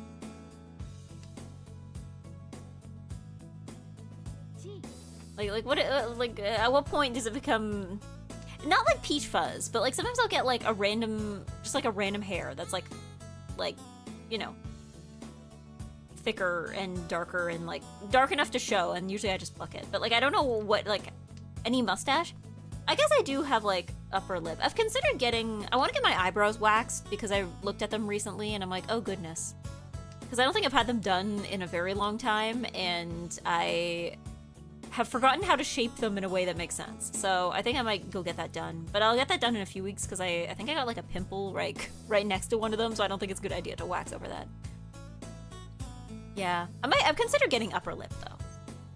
Because like sometimes I will just do like I will just like shave the corners of the upper lip sometimes. But like it's not like if I had to stop doing that. If I had to stop doing that forever, I don't think, like, I might think about it once in a while, but I wouldn't give it a lot of thought.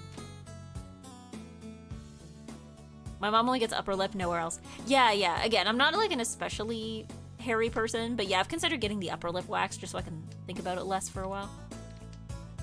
Yeah, if you can't see your facial hair without spraying anything on, it should be fine. See, the problem is that it's not just about spraying things, it's that as somebody who wears makeup, sometimes, not all makeup, but there's definitely cases where it becomes more noticeable. Like, I might not be spraying anything on my face, but I'm definitely putting something on my face that might make certain textures more noticeable. Actually, yes.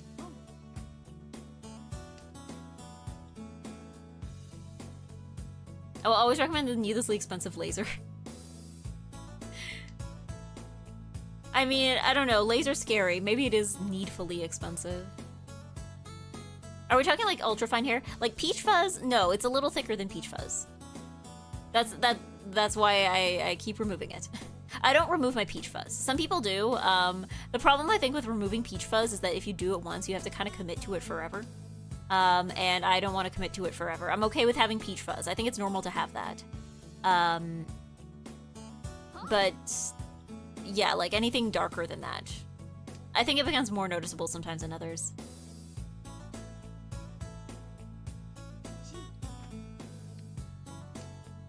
Yeah.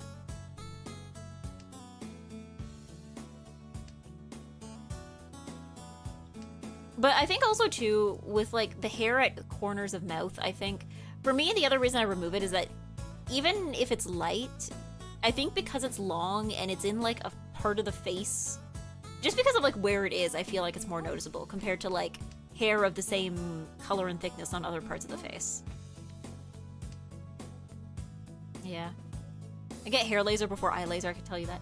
I don't know if you can do a hair laser, because like, if I remember correctly, what they taught us in spa school for like laser hair removal was that like, laser hair removal is like, it's like the laser is set to essentially just eviscerate anything that is darker than a certain shade on your skin, or something like that. Because I remember one of the things they mentioned is that not everybody could do laser. So like if you have like dark skin and dark hair, or if you have like really light skin and really light hair, apparently, ooh, yippee. Apparently it's like not good for laser because it's like, it works best when there's like a contrast. So like either like, I guess, lighter hair on darker skin or like darker hair on lighter skin works best. You did spa school? I did for like 1 year. Nothing much came of it, but I did do it.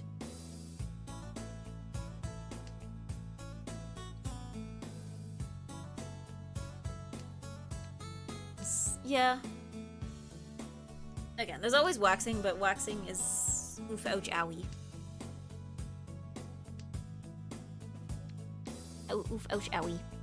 So without makeup, most people would notice the short hairs near your mouth.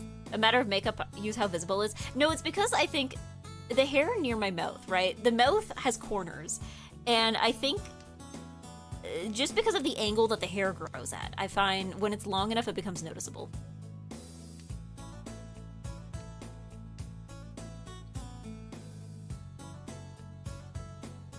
And also, yeah, makeup has the same thing of like powders kind of thing, where there are certain products that will usually unintentionally cause it to be more obvious. So if I use enough makeup, I can conceal my beard. No. In fact, actually, makeup does not stay on hair very well, which is like its own problem, actually.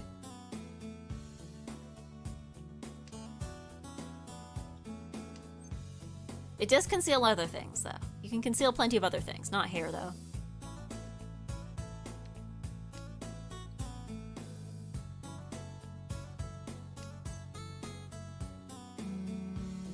You know what? Sure. Don't need your upper lip anyway. No! But, yeah. I don't know. I remember when I was in spa school at one point, we did practice, because like we would have to practice things on each other, right? So, I did get to try being waxed at some point for various things. Like I think for eyebrows, I don't know if I did arms. I definitely remember getting lower legs done and getting bikini done, and both of them were extremely painful. And one of them felt more worthwhile than others. I feel like lower leg, I think I had not shaved in a very long time, so it was more painful than I think it would have been if on a normal basis. And I was going ow, ow, ow, ow, ow. And also I think that was the first time I was being waxed as well. Or at least the first time I had had my legs waxed. So it was like, okay. Because the thing is with waxing, right, is the longer the hair is, the more it hurts to pull out. So it was like, okay, hair that had been growing for too long, plus first time I've had this part of my body waxed, plus we're learning to do this for the first time, so the people doing it on me might not be like the best at it yet. So yeah, it was just oof ouch owie. It was very oof ouch owie. It was the same thing for bikini wax. Bikini wax was also oof ouch owie, but like because the area is smaller, it was a little less oof ouch owie. And I was satisfied with the results though. I feel like that was like an oof ouch owie that was kind of worth it. But yeah, no, lower leg I was like, I'm good with shaving. That's fine. I can live with that. That's fine. Although I just imagine getting my chest length beard waxed for the first time. Well, I mean, in the case of a beard, they probably would be like trimming it first, right? Like, you know, usually what they encourage you for waxing to do is to like shave like 1 to 2 days, not like the day before, but like approximately 2 days before you go in. Because if the hairs are too short, then they can't wax because there's nothing for the wax to grab onto. But if they're too long, then it will be oof ouch owie. So yeah, they usually encourage you to shave like, like a few days before you go in, but like just long enough to get the hair growing again, but not too much. Cue the inflammation. How red were you after those? Very. Although, like I definitely remember, the bikini one, I think I was more sore. Maybe, I don't know if sore is the right word. The bikini one was definitely more oof ouch owie afterwards, but I think that's also because like it was the inner thigh, right? So when you walk around, it's like, okay, well your thighs are gonna rub against each other and that's gonna be oof ouch owie, and there's no way around this, right? Unless you're gonna like walk with your legs super far apart. Rest in peace, Bobeb. Yes, thank you Light Snack and Barraclaw. Thank you for playing. And also Beba. Rest in peace, Beba. Dead rat. Now, why not use a trimmer to get really short then wax after? Again, usually, like, if you went into somewhere and had, like, really thick hair and... Like, usually I think that's what they would do first. That's what they would do. Actually, I assume your long hair is, like, 1 centimeter, not 5. Yeah, that's more about right. Because, again, this is, like, leg hair, right? Like, this is, like, arm and leg hair kind of thing, right? But what do they recommend for hands? I usually carefully go around it with a lighter. For shaving hands? I mean, you can wax fingers, I think. You can, like, that area of the finger, the forefinger, I don't know what it's called, but, like, you know what I'm talking about. Like, when you make a fist, like, that area around the top where hair can grow, usually you can wax that. It doesn't take very long, honestly.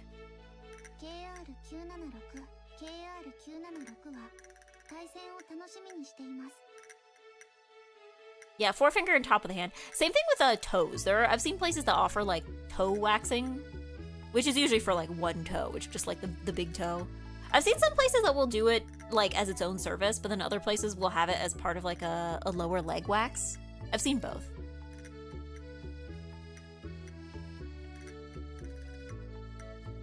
I like keeping the knuckle hand hair. I look at it like hee hee monkey. I don't know. I don't think I know I must have some. It's not very obvious. I don't think I've ever consciously gotten rid of it.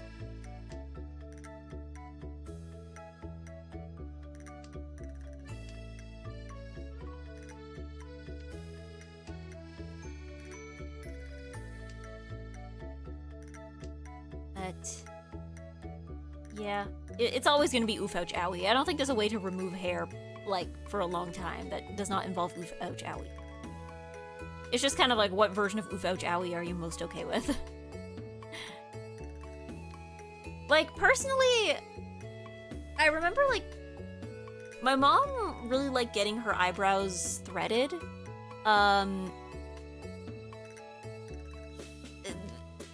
What about the chemical ones where you just, like, rub it on and it burns the hair off or whatever, like a cream? Those are function more like shaving.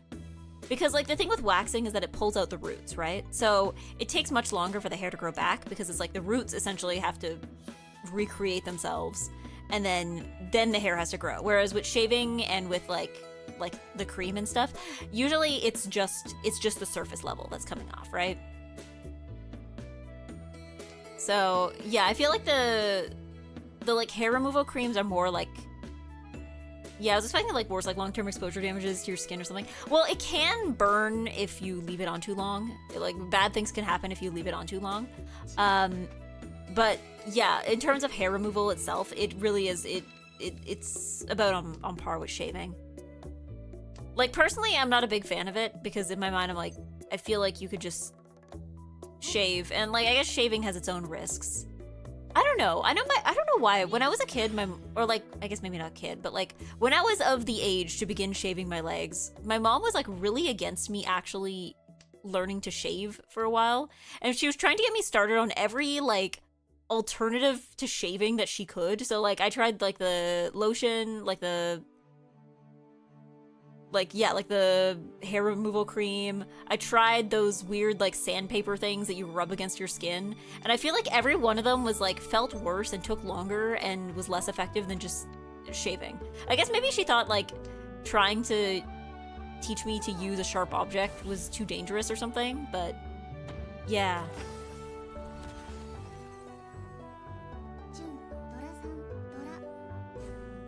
Man, I had 3 Dora! You can't do this to me! I had 3 Dora!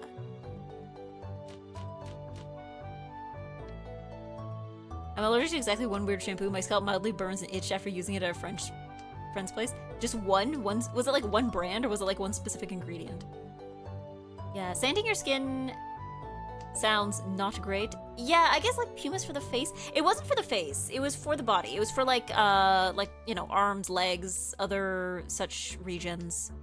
It was not. It didn't feel good. I can say that much.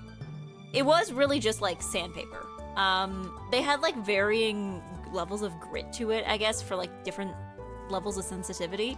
But like honestly, I feel like it hurt more than shaving could. Like, even if I, like, supremely screwed up the shaving and just, like, was bleeding from multiple places, I feel like that still would have felt better than whatever this thing was doing. Since you have makeup opinions, what are your shaving opinions on visible body hair? What do you mean shaving opinions? Like, should people shave? Because, like, I don't know, it's kind of a personal thing. Like, I like it on myself, but it is one of those things where I'm like, I think it's kind of out of line to tell somebody else what they should do, right? Did you not have safety razors for shaving? We do. I guess my mom just didn't trust me with one. Which, admittedly, once I started using them, it was like, it's not that difficult. It's not that difficult. I have, you know, nicked myself many a time with the razor. I've had many showers where I'm like, why is my leg bleeding? But it's not that bad. I guess with women, I think it's a little not riskier, but like, the leg is a wider surface than the face, right? And you can't see it up close, and there are some angles you just physically cannot see it from. So I guess in that way, there's a lot more like intuition involved with shaving your legs compared to shaving your face. Because like your face, you can more or less see every part of, right? But yeah.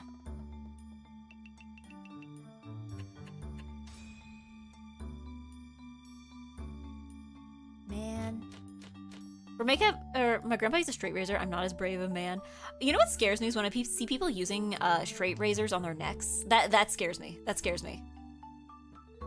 I know that like if you're good enough at it, you'll notice if you make a cut. But like there's a lot of important stuff in there. There's a lot of important stuff in there. For makeup, you said most men like natural looks, but don't know even if those are makeup just subtler. So I was wondering about shaving opinions. Oh, like, you know, if... I mean, I think some people don't realize the extent to which women suffer for hair removal. Not in the sense of, like, you don't know how much it hurts, but, like, I've seen some people that will, like, unironically insist that women have, like, less... Well, I mean, I guess women statistically have less body hair than men, but, like, I think some people, like, overestimate how hairless a woman is naturally. But again, it's one of those things that's, like, very personal. Like, I don't think it's anyone's place to tell anyone. Like, I can have my own thoughts for myself, but I think it's kind of... It's not really anyone's place to tell somebody else what to do with their body hair. Like, I guess maybe unless you have, like, a really good reason for it. It's like weight, right? Like, I think it's fine to have thoughts on your own weight, obviously, but, like, if you tell somebody else that they should lose weight... Usually that's kind of out of line, right?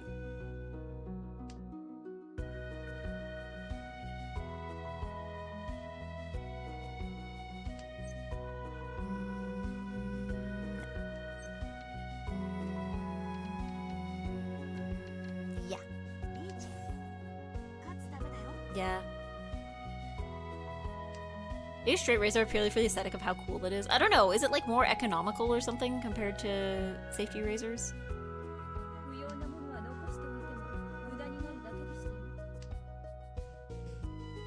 It's about the state of how things are. Again, I don't I think I'm... If you need to ask the question more specifically, I give you permission to be very blunt. I don't think I'm quite grasping what you're trying to get at. Yeah. I wonder what Eggy Mom expected trying to avoid razors. I don't know. I think she just...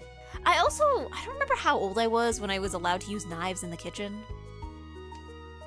I don't know. I think my mom just didn't like the idea of me with sharp objects. Because, yeah, I'm trying to remember, like, how old I was when I was allowed to use, like, anything sharper than, like, a butter knife. Like, I know I must have learned to use a knife at some point, because, like... I didn't spend my whole childhood with my parents cutting up my food beforehand for me. But I don't remember how old I would have been. I don't know, what is the average age for children to start using, like, kitchen knives?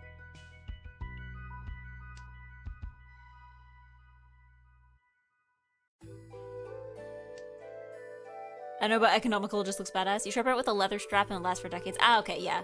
Because that's what I figured, because, like, a lot of, like, safety razor stuff is usually, like, disposable to a certain extent, right?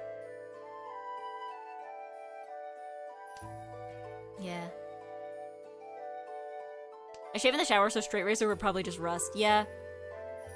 Same from, well, yeah, I don't even know. Can you even use, I mean, I guess you could use straight razors on legs. I guess it's more of a matter of if you should. Ah, konnichiwa, patron-san. Tempai. Well, it's something. It's something. Yeah, it's not if I was telling anyone it wasn't the question. I was curious to extend the previous makeup topic to that. You didn't, in fact, say men might overestimate how hairless women are. Yeah, I think especially for certain things, like, I think for armpits, I think many people underestimate how much hair the average woman has if she doesn't shave in her underarm. I think that's a common misconception.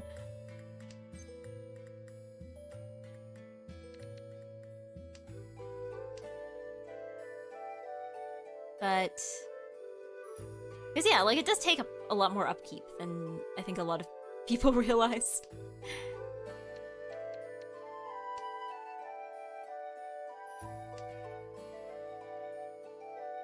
Yeah. In the 50s, you bought a thing and your grandson used it till he died of old age. Yeah, I think for, I don't know. For leg shaving, I refuse to do it outside the shower. Every time I've tried to like shave my legs outside of the shower, bad things happen. I'm not gonna do it.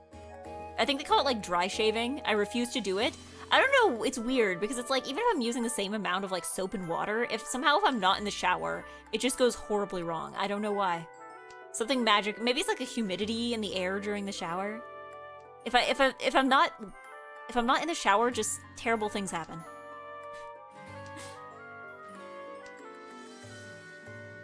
Yeah. I didn't know professional wrestlers shave their armpits until I was like 20. Yeah, I think a lot of people just take like hairlessness or hairfulness, having a lot of hair like for granted. And like yeah, some people are going to be hairier or less hairy, but also like many people are removing it intentionally.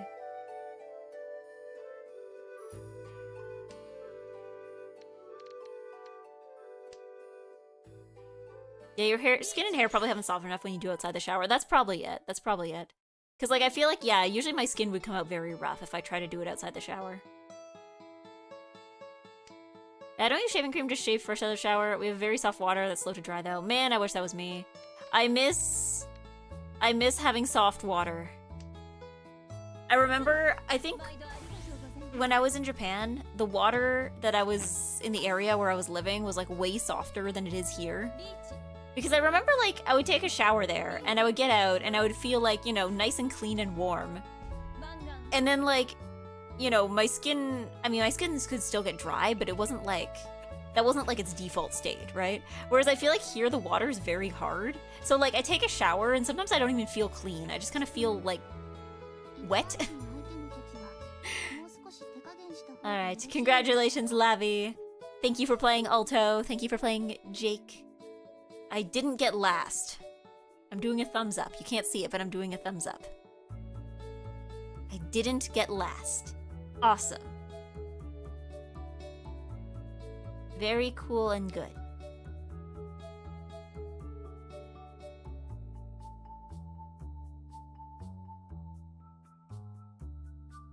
Save, I've had to wait 15 minutes to oil my beard because it takes forever to dry, and that's after blow drying it. Oh yeah, is this like beard... isn't there like beard conditioners or something? I feel like I've definitely like worked in stores before that like sold like beard care products, like specific like washes and maybe not like shampoos, but like I don't know. Do you guys use shampoo on your beards, or do you just like wet them and hope for the best? Okay, so there is beard oil and shampoo. I mean, I guess maybe it's more of a skincare thing, right?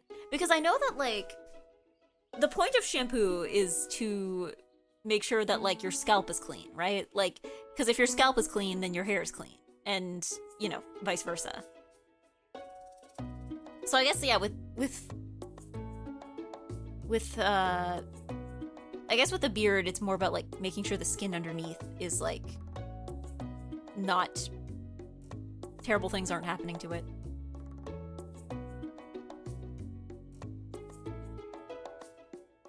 Yeah.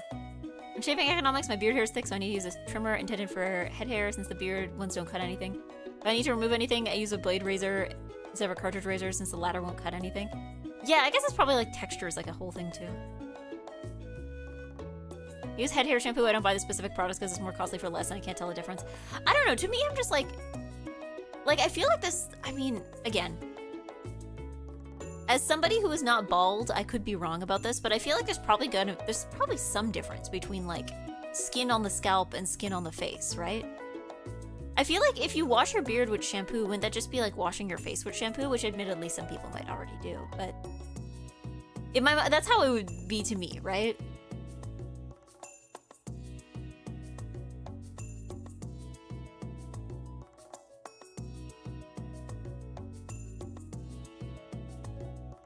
Yeah, beard oil is more for the skin than the hair, but both benefit. Because yeah, like it's like that with, well, because it's like that mostly with hair stuff too, right? Like shampoo is for the benefit of the scalp, not necessarily for the benefit of the hair, right? It's called Head and Shoulders, not face, Head and Shoulders. Where do you think your face is? Where do you think your face is?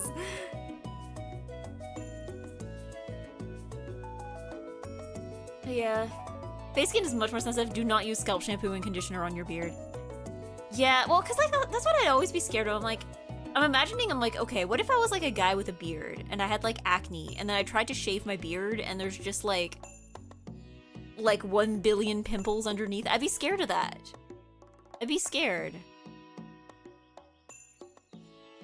Cause like, I don't know, I think about how much acne my face tends to get with just like peach fuzz. And I think about like, if you have a beard, I'm like, oh goodness, that must take more thought. I wonder how you can feel hard water. I guess it depends on how hard. It's kind of, how do I say this? I feel like hard water dries my skin out more than soft water. So I feel like if I wash in softer water, I will get out and I will feel like I don't feel like the water is actively drying out my skin. Whereas I feel like with hard water, I get out and I feel kind of like my skin starts to feel tight in a way that it doesn't for soft water. Yeah, skin feels more rough and smooth. Yeah, because yeah, like I just remember in Japan I would get out of the bath and I would be like, yeah, I feel nice and warm and like, even though I'm wet, I don't feel like my skin is like drying out before my eyes, right? I can rejoin if no one else wants the spot, if you so desire, as long as we keep things moving. We have a busy night, many genres. Yeah, it kind of sucks. Scarring is a pain. Oh yeah, probably that too. Well, because like I guess maybe it kind of feeds into a loop for some people, right? Where it's like, okay, well, my there's tons of acne beneath my thick beard, but if I keep my beard thick, surely nobody will notice. This too was my approach to having bangs in high school. I was like, okay, I have bangs and I have an oily forehead, and the bangs they keep causing, like having hair in front of my face causes acne, but also it covers up the acne that it causes. So it's all fine, it all evens out as long as I keep having bangs. Like, this was the same logic.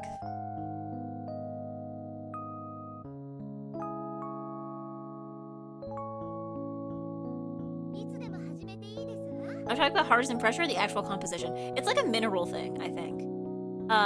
It depends on like what source of water, like where the water comes from. Wouldn't long bangs keep the forehead oilier? Yes, but it also covers up the acne.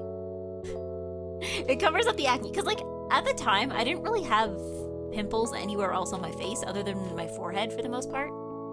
So yeah, I'm like, okay, well, it's fine. If I just have acne on my forehead, I can live with that. If I have bangs, it will remain invisible. It'll look like the rest of my face doesn't have acne at all. And then, I don't know, I feel like over time, somehow, like, as I got older, like, the acne migrated downward. Because when I was in high school, like, it was all concentrated on, like, my forehead. And, like, occasionally in other parts of my face, but mostly the forehead. But then as I got older, somehow, now it's, like, I feel like whenever I don't get as many pimples nowadays. But when I would, it's always on the jaw. Like, it's always along, like, chin and jaw. So it's like, it somehow migrated downwards as I got older.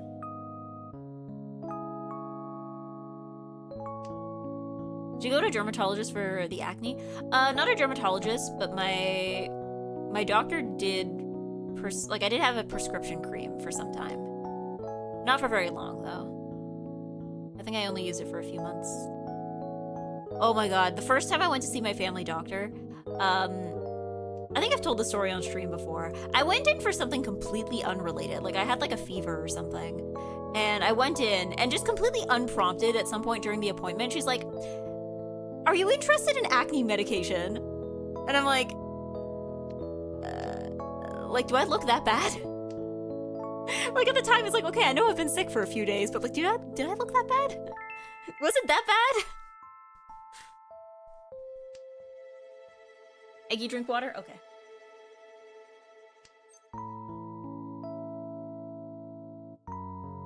Yeah, as a teenage girl, absolutely shot through the heart. Yeah, like, it's like, what? Just completely unprompted.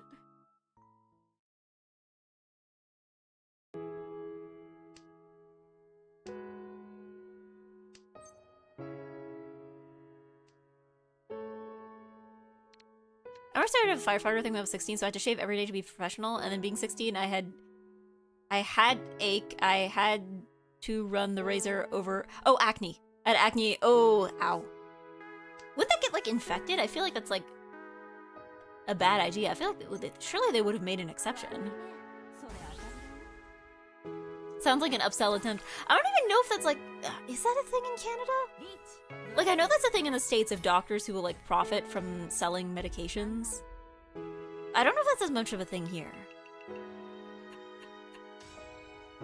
And, like, I don't know. I guess eventually I did go for the prescription acne cream, but, like... yeah. People will say I eat too many chocolate bars or that I don't wash my face. I mean, in my experience, I feel like, your mileage may vary on the food. I know that there is some scientific evidence that's like, oh yeah, if you eat a lot of junk food, you'll have worse skin. But in my experience, like, I remember when I was a teenager, they were always telling us, like, oh yeah, avoid dairy if you have acne. Like, dairy will make your acne worse. But, like, at this point, my diet is, like, I am eating, like, 2 different types of yogurt at lunch, and I don't think my skin is that much worse for it.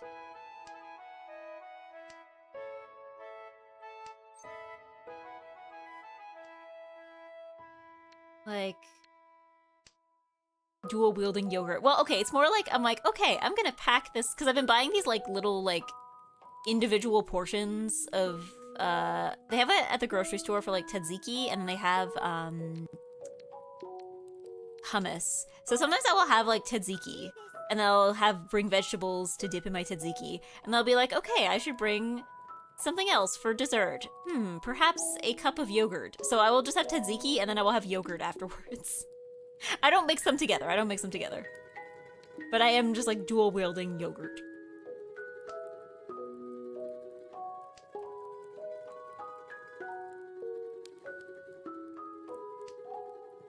Like mixing Coke and Diet Pepper in the same cup. I don't mix them, though.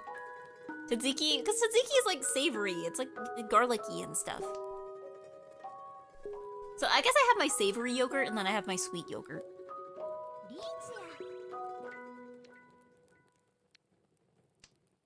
Just straight up tzatziki and nothing else? Well, I dip vegetables in it. Or sometimes I bring crackers. Whatever I feel like. I had carrot sticks with it today. Maybe I'll bring crackers tomorrow. Just for variety.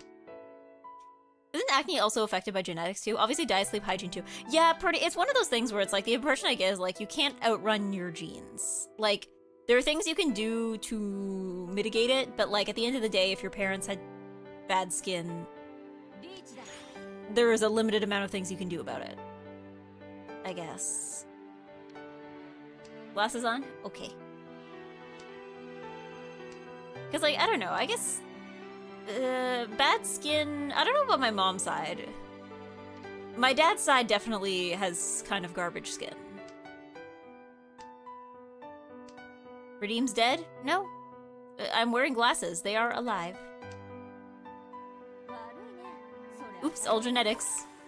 Yeah, I guess maybe it's a bit like baldness, right? How like some people bald earlier than others. I guess maybe it's like that. Or it's like there are things you can do, but like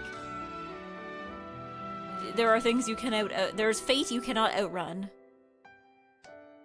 Yeah, but you did it manually. Was it always manual? Okay, here's the thing. It used to be automatic, and then a couple years ago, the system I was using, they discontinued it. Because I was using, what was it called? Oh my god, I can't remember what it was called. It was run by the same guy who does Fugi. And it was like a browser-based one, which is why I liked it. And then it got discontinued. Like, they took it offline. And then I just, like, never got around to setting up a different system. Like, I know there's other ones people use, and I think there is a way to directly connect VTube Studio, I think, with it now. But, like, it doesn't work for me. I just never got around to setting up a new thing, so I've really just been doing everything automatically from now on. I have my Stream Deck, it's fine, it's easy, I can press a button, I just have to remember to do it.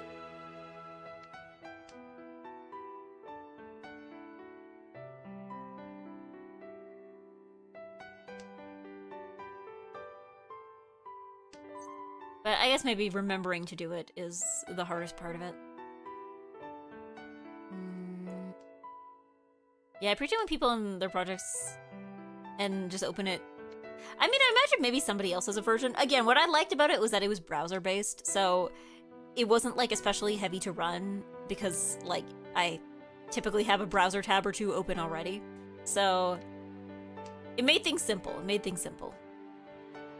Eggy, is it me or is chat much more active than usual tonight? I mean, people keep saying things. Is it more active than usual? I don't know what the usual is.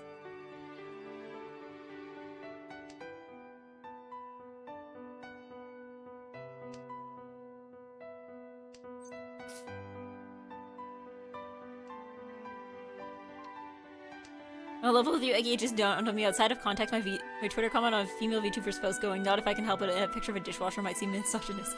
Well, I mean, I know the context. I know the context is that every week I get thwarted on being on time for stream by some dishes-related mishap. But today I had minimal dishes dinner. Minimal dishes dinner. At 3/4 of everyone I asked tell me my early balding was genetic. 1/4 said it was stress, and now I've been feeling slightly better as recovering, so it seems to have been stress. I know that is another factor, but I also imagine maybe there's probably some genetic element to how often somebody gets stressed too, right? So girl dinner? Honestly, yeah, kind of. Yeah, it really was, but it's fine. The necessary nutrients were consumed. Not every night needs to be a feast.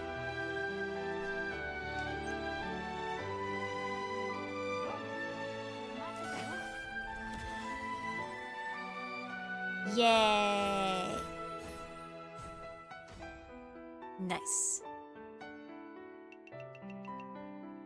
I'm now in second, and not as far behind as I thought. Okay.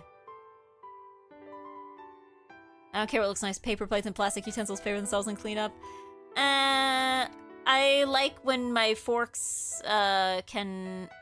You know, I like when my forks can poke a crouton without breaking apart.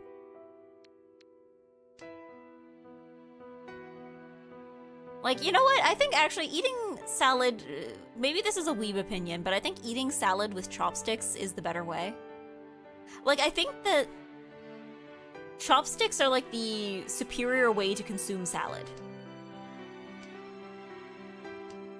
Because, like, salads often are full of, like, different textures and densities of things, right? Like, even if you don't have croutons, you're probably still gonna have, like, I don't know, like, carrots. Or, like, you know, some vegetables are all different sizes, they're all different shapes, they're all different consistencies. And chopsticks can account for all of this, and a fork cannot, right? Depends on the slad. Because, like, that was one of the things that, like, after coming back from Japan, I just started doing. Like, even if I'm just having, like, a normal salad, I will eat it with chopsticks, because it's, like, it's just easier. You don't have to worry about, like, everything being a different consistency, because you're not actually poking any of it. Lettuce wrap is just the best way to enjoy salad. Are you just, like...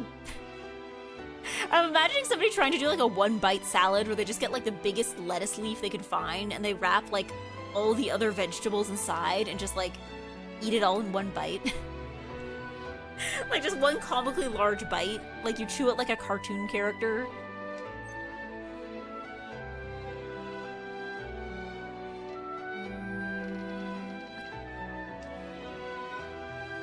Nope, it's bread bowl. Bread bowl is peak. Bread bowl? I don't know if have I had bread bowl? Like anything in a bread bowl before? I'm not sure. Maybe make miso soup too? With the salad?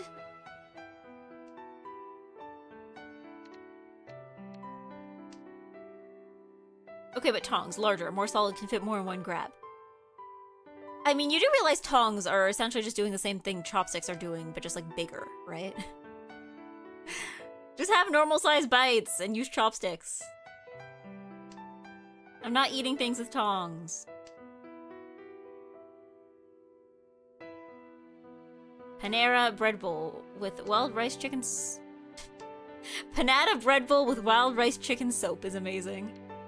I don't know, we do have panada. We do have them here. I don't know, I've had soup from them, but I feel like it was just in like a normal bowl. I don't think I got it in a bread bowl. We do have panada here in Canada. You can max level up your salad bowl by making a Hawaiian poke instead. I had something. There was like when I was working in January, there was one restaurant that was like nearby where I work that I would go to sometimes. And it had what was basically called like, they call it I think like a poke salad or something. It was essentially just like a poke bowl, but like it was essentially just like chirashi don, but instead of using rice, they use like leafy greens. And it was really good. I liked it a lot. Because again, it was very much one of those things. It's like this product exists because they needed a way to get rid of their leftover fish. But it was good. It was a good idea. Having lots of fish on top of leafy greens with sesame dressing is yummy. It's yummy and tasty.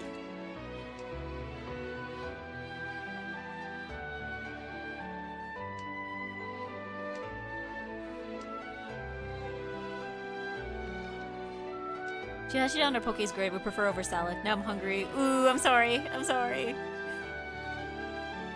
I swear to God, to good lord, about the new iOS is purposely making all these autocorrect. Okay, I thought this was just me, and then my parents gave me like their old iPad from like 2019, and I used the autocorrect on that, and I'm like, no, autocorrect actually has gotten worse compared to. I was like, maybe I'm just worse at typing than in the past. No, it's like. It is legitimately worse. It is actually worse. It is unironically worse. Time to train your autocorrect AI. I don't know, because like, somehow, I don't even know if it's an AI thing, because I feel like I started noticing this like at least a few years ago. At some point, I feel like my phone stopped being able to figure out context for anything. So like, for instance, like, I will type in the word but, and it would autocorrect it to bit, even though I was very much trying to try but. And then I will be like, oh, I just need a little bit more time, and then I will say, oh, I just need a little bit more time. Because for some reason it just doesn't get context anymore, and it's just guessing, and like, sometimes words that are similar just exist. It was good and then they broke it, I know! Like, nowadays too, I think it also seems to like, think my typos are words. So if I misspell a word, I mean, I guess in some ways that's helpful, because sometimes it's like you have a word that's not in the phone's dictionary. So like, you know, if it's like a word from another language or like a proper noun or someone's name. But like sometimes it's just like I will make a typo. I think my phone now thinks the word wrote, like R-O-G-H-T is a word. It's not, it's just that I keep making the same typo when I write the word right, like as in like correct. I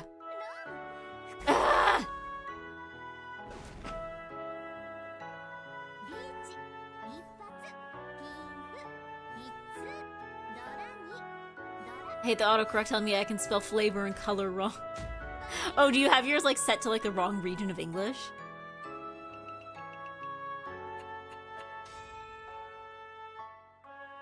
Ruffed is clearly Canadian. Is it? Man.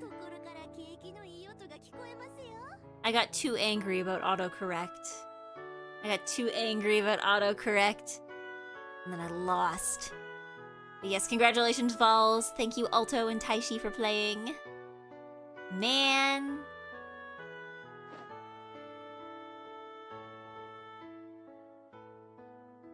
Man.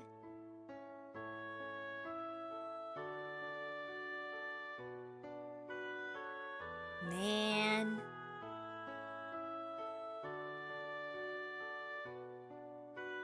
But yeah, the thing is that I don't want to turn spell check off because I am not confident enough in my phone typing skills.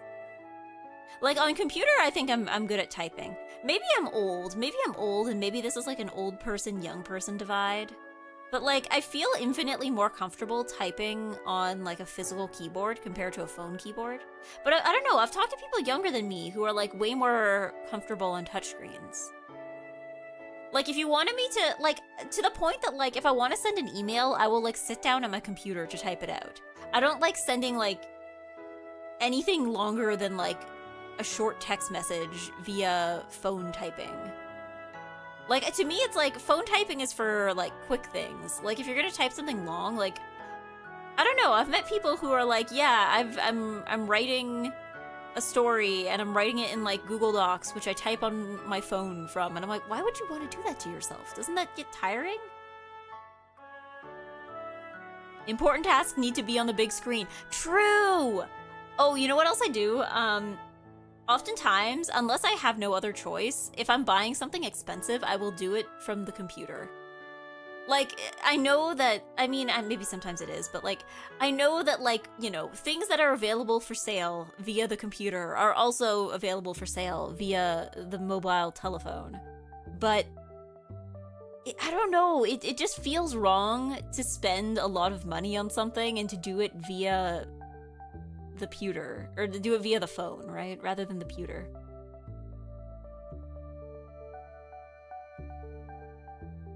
Whoa. I got a new phone. I found that Android 16 doesn't let you select multiple regions of English anymore, which is a problem because sites that don't have Canadian English will fall back to another default. Ah.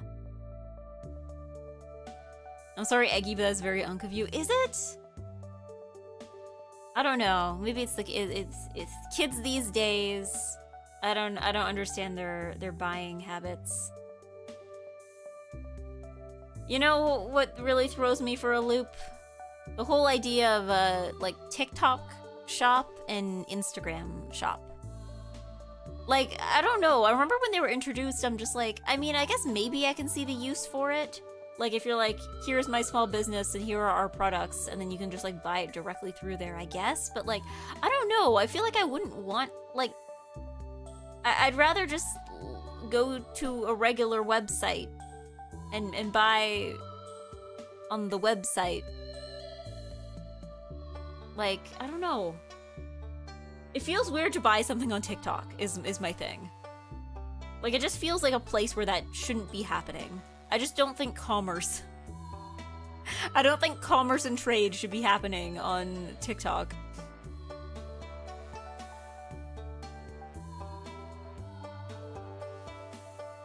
You know what really grinds my gears? When people say they sped up version of TikTok version of songs, it's called Nightcore. Did people say TikTok version? Yeah. TikTok shop feels like teleshopping. You know what? Actually, I think you're correct. That's correct. I guess it really, yeah, TikTok shop is kind of just like slightly less centralized, like infomercial shopping channel type stuff. I guess it is just that for like a new generation, I guess. You're right, commerce should have it on X. No, I don't know. I don't like buying things off a website that is not explicitly for that, right? Like, if someone's, like, advertising their stuff on TikTok, right? And then they're like, here's a link to my shop. And then you buy, you know, it links you to, like, a Shopify page for actual shopping. That I'm good with. But, like, I don't know. Buying it directly through the app, I don't know. Feels weird. Something feels off about that. That's not where it's supposed to happen.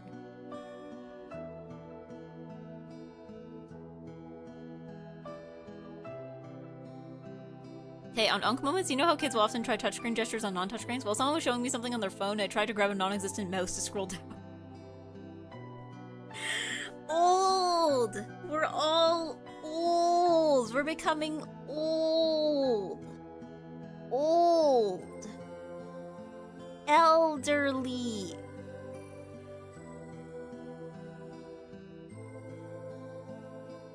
Conversely, I hate shopping on actual shopping websites like Amazon and eBay because I'll get scammed. I don't know, at least like... I don't like eBay. I haven't used eBay in a very long time. I know it's probably still good for certain things. Amazon I still use pretty often, but it's only for very specific things. But... I still think both are more reliable than buying directly off TikTok. I don't know, for me it's also too just like... Again, a shopping website is made for that purpose, right? TikTok is not made for that purpose. It's more of a vibes thing, really. Yeah, that reminds me, I know how AI got better. We can't tell some AI videos from real ones now. That's old people with phishing scams. Yeah. Yeah. Or have you seen those things, like, those, like, TikTok shops where they'll, like, AI generate a video of someone being like, nobody would buy from my small business. Everyone hates me, and nobody would ever buys my things and appreciates my work. And then there's like some like link to like some nonsense that they will sell you if you do buy from them. And there's like a bajillion of them. There's like so many variations. They're like, here's like an old guy who makes watches, and here's like a not OSHA compliant goth girl doing welding or something. Like there's like a bajillion variations of it.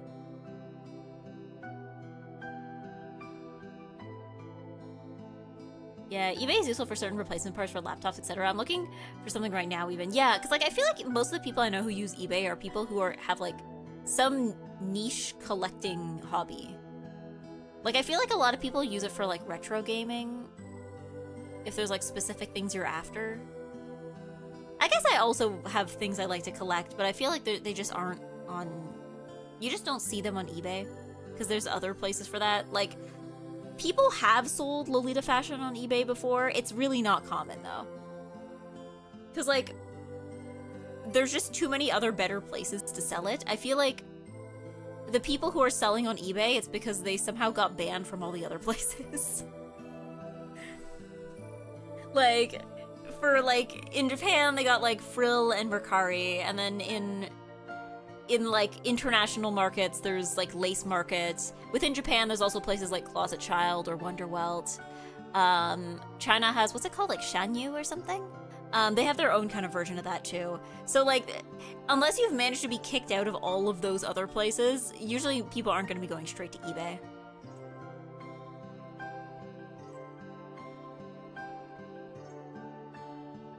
eBay banned me for suspicious activity. Told me I could submit an appeal, and then when I said I don't know what I did, the only reply I got was, our policy forbids us from elaborating. Strange and unusual. I don't know if I've said... Again, I haven't used eBay since, like, I don't know, maybe 2017? I don't even remember what I used it for. I know a girl who got screwed on buying a crochet pattern that ended up being non-workable AI slop. Oh, that's like a huge problem, actually, lately for knitting and crochet and stuff. Is people will, like, AI generate a picture of a finished product, and they'll AI generate a pattern. And, oh my god, do I need to do another stream like that? There was a stream I did a few years ago where I was like, ChatGPT generated a pattern for knitting a teddy bear, and the final result was just this, like, flat homunculus. And I kind of want to do that again to see if it's better. It probably isn't. It probably isn't.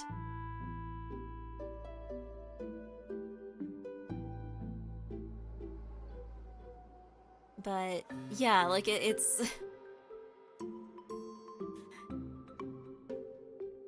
Yeah.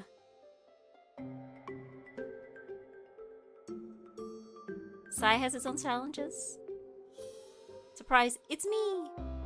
Surprise! Ah! That's me when I'm surprised. Yeah, crocheting can make very complicated forms easily with skill. Yeah, but I don't know. It's more like with the patterns is like, it is actually a common issue now of like people just like AI slot patterns being sold to people who can't actually tell the difference.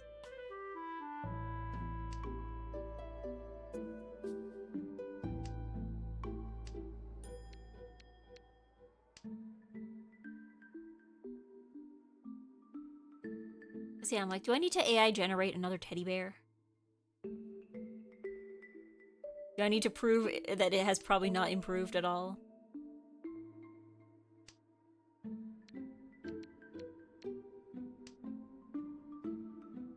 You need a law that forbids online banking shops / email carriers from being vague on ban reasons.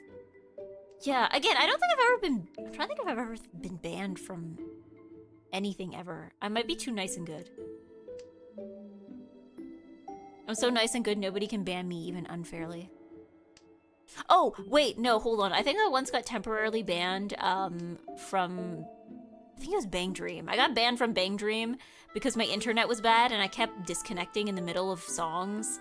And if you do that too many times, the game assumes that you're trying to, like, just randomly give up and pull out when other people are trying to play.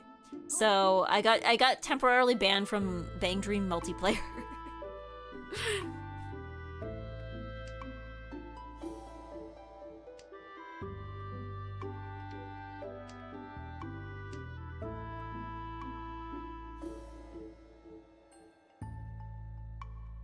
Yeah, here we have Mercado Libre, which is even worse. Started as an eBay clone. Company wants it to be an Amazon clone now. Everyone insists on treating it like Craigslist. Nobody knows what this thing is. See why ChatGPT cannot make sense of patterns? It doesn't know completely. Well, the thing is, I think the thing is that, like, with knitting patterns, you need the actual, like... Because, like, ChatGPT is, from what I understand, mostly just putting words together that sound like they should go together, right? And I feel like, when it comes to knitting, it's like you need to actually know how this works, right? You can't just... You can't really improvise it in the same way you might be able to do for other things, right?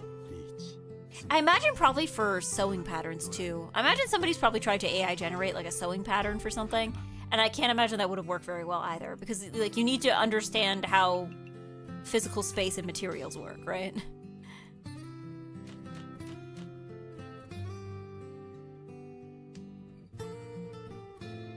Got banned from Half-Life Deathmatch server because my college internet was so good they thought I was cheating. He's too fast. If you feed enough knitting patterns, my rocket someday. I don't. Again, it's just like one of those things where it's like, even for people who make knitting patterns, right? You can't. I think it's impossible to make a functional knitting pattern without testing it at least once. That is the thing. Like, you need the real life physical world to figure out knitting patterns. Yeah, please never say Grocket.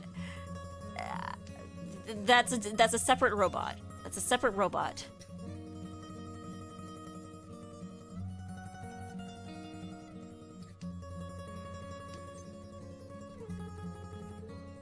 You know what? I'm convinced. Was grok a word before Elon Musk decided it was one? Because, like, I'd never heard the word grok until it became the robot. I'd never heard it. The first time I saw grok in the Twitter sidebar, I looked at it and I'm like, what is this caveman nonsense? What? Like, my first thought was just like, this sounds like when people try to make fun of caveman speak and they're like, ooh, grok find stick. Grok, start fire. It sounds like a name from D&D. It kind of does, yeah. It's used for an ogre, I believe. Yeah, that checks out.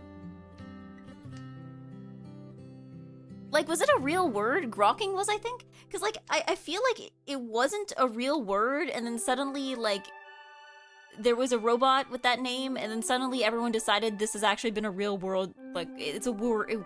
Oh my god, I can't talk anymore. It's been a word the whole time.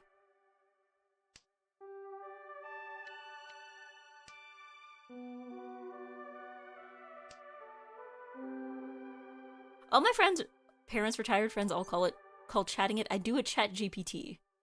I mean, to be fair, I guess if you're like following the same like grammatical and context thing as like Googling it, right?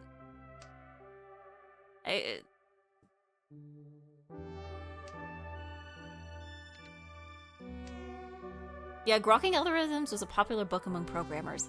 Maybe all the people I'm seeing who like use the word outside the context of like the Twitter robot, I guess maybe they are all programmers. Maybe that would make sense where they're getting this word from. Because yeah, again, I never heard this word until like, what, 2-3 years ago?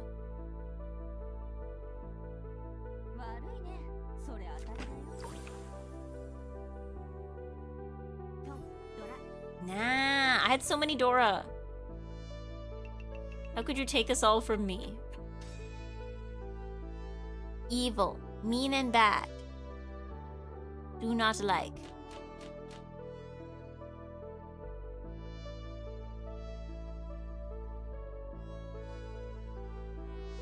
It's Bing because if big tech is gonna sell my data, I might as well get a cut, and I would ironically say, let me Bing it. I mean, I've used Bing because I keep forgetting that it's set as the default search engine at work. So when I go to type something into the search bar, I keep forgetting that it's Bing that's gonna do it. I mean, I think Bing is definitely, I don't know. Most of the time it comes up with more or less the same things as Google, but I feel like Bing is worse for certain things. Like, one thing I found that Google is better for is, like, if you're trying to figure out, like, if a business still exists. Google, for whatever reason, is just way better about, like, maintaining that information. So, like, if there's, like, a business that you're like, oh, this is... Because, like, I remember that was something I had to do at work recently. It was, like... involves, like, figuring out lists of contacts, and some of it was just figuring out, like, okay, this one business that, like, worked with us many years ago, do they still exist? And for some reason, Google was just way better about, like, helping with finding that compared to, people have to edit that for Google. Yeah, but, like, the difference is that, like, if you Google the name of a business, it will tell you, like, it will give you their address, it'll give you their hours, it will tell you if it still exists. Or if it's permanently closed. Bing will not tell you any of that for some reason. I have no idea why. Or, like, it'll do it, but only sometimes, I think.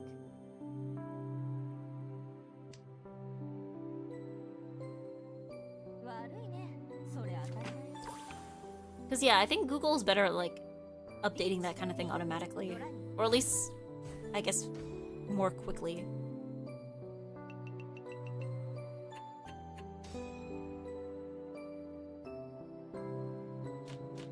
Yeah, permanently closed, how I love the... It's closed. It's gone. Or even if something, like, if a store is, like, temporarily closed, like, if it's like, oh, we had a, like, leak in the ceiling and the store is now gonna be closed for a few months while we get it fixed. Like, Google's, for whatever reason, also seems to be better with that kind of thing, too. Yeah. Also, Google monitors whether a business gets visited by Android phones. Yeah, I guess maybe, too. Maybe Google's also, like, better with, like, tracking social media for stuff, too. Because, like, I mean, with older businesses or businesses that don't use social media very much, it might be a little more difficult, but, like, if your store has, like, a Facebook page or something that posts updates, I feel like it's a little easier.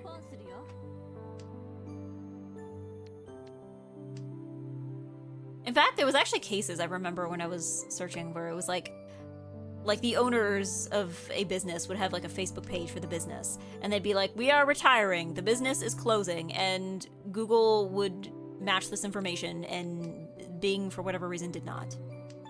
Strange and unusual.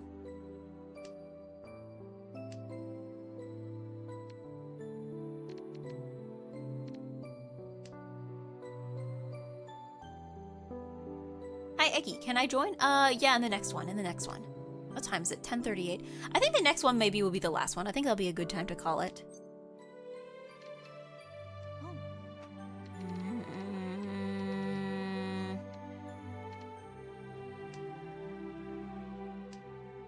Because, yeah, I need to go to bed at a reasonable time.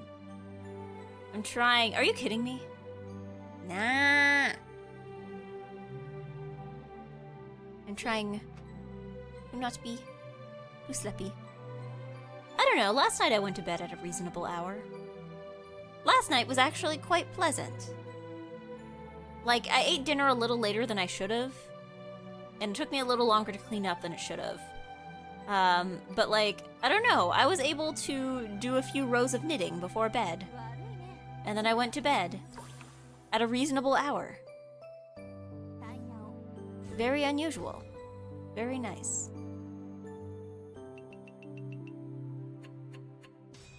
This is not usual and not nice. This placement, this final score. Good job, Alto. Thank you, Taishi and Jinul. Thank you for playing. Oh, Jinul. Oh, that's Gin and Juice. Thank you, Gin and Juice. Okay, I think this will be the last one. Yeah, because I do want to maintain reasonable bedtime. How's Eggy Grandma? Hope she's doing relatively well. I visited her the other day. She was watching the baseball game, and I brought her the newspaper. I mean, I don't think there's much has changed. There has not been... Nothing is moving forward, but nothing is moving backward, so...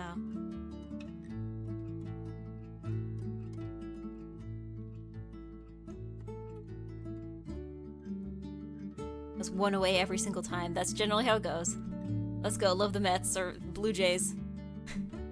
I know, we had this running joke where it seemed like every time I was in the living room while a Blue Jays game was going, the Jays would lose. So eventually, as a joke, like my grandma would like shoo me out of the room every time a baseball game started. But I think maybe the curse only happens when we're in the house, because when I went to visit her, the Jays won. The Jays won. So I think maybe if the television we're watching on is outside of the house, it doesn't go into effect. But there was another time, I think it happens to my sister too, because there was one time my sister, she went to see a baseball game, and the Jays were losing. She left partway through because the game was going like overtime, I think, and then the Jays started winning after she left. So I think maybe my sister might also be carrying this same baseball curse.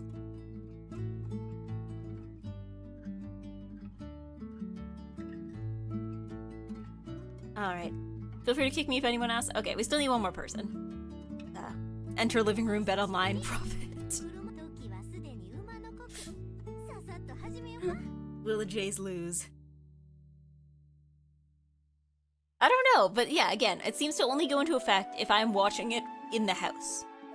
If the television is situated somewhere else. Because, like, I don't know. Well, no, though, because I remember, I think last year, during, like, some of the finals, I was sitting in a restaurant that had the baseball game playing. And I think they lost.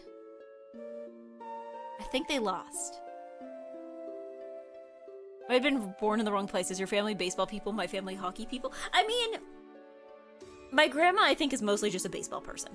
My grandpa was a hockey person. My dad is still very much a hockey person. My family is still full of hockey people. I think it's just my grandma's not one of them.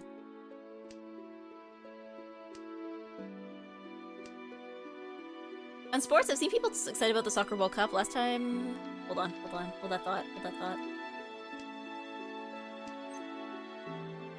Hold that thought again. Hold that thought, I'm gaming. Hold that thought. Okay.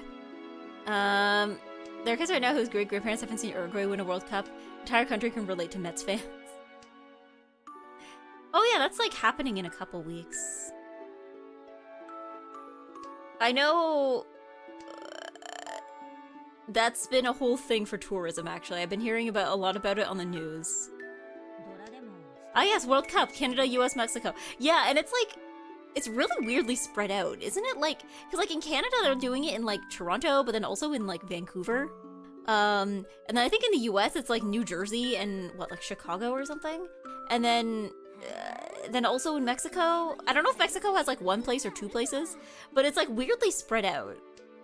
Like in my mind, I was always thinking of it, I was like, oh, it's more like the Olympics, where it's all in like one central location, more or less.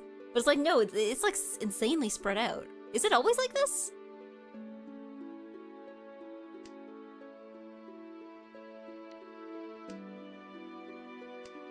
Probably the funniest superstition when the Hawks went on a run in 2013 for the Cup. My mom's friend was using her hand-pressed cigarette machine to make her own cigarettes, and they won, so we kept up like a 6-time over period, and we had like 5... Wait, you just kept going? You're like, we gotta keep going. If we stop, they're gonna lose.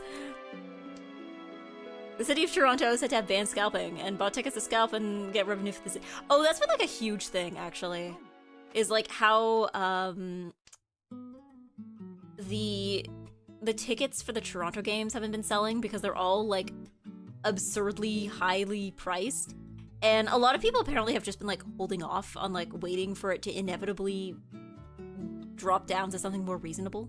I don't know if it's like trying to scalp or if maybe they just like completely overestimated how many people were willing to come to Toronto to see soccer.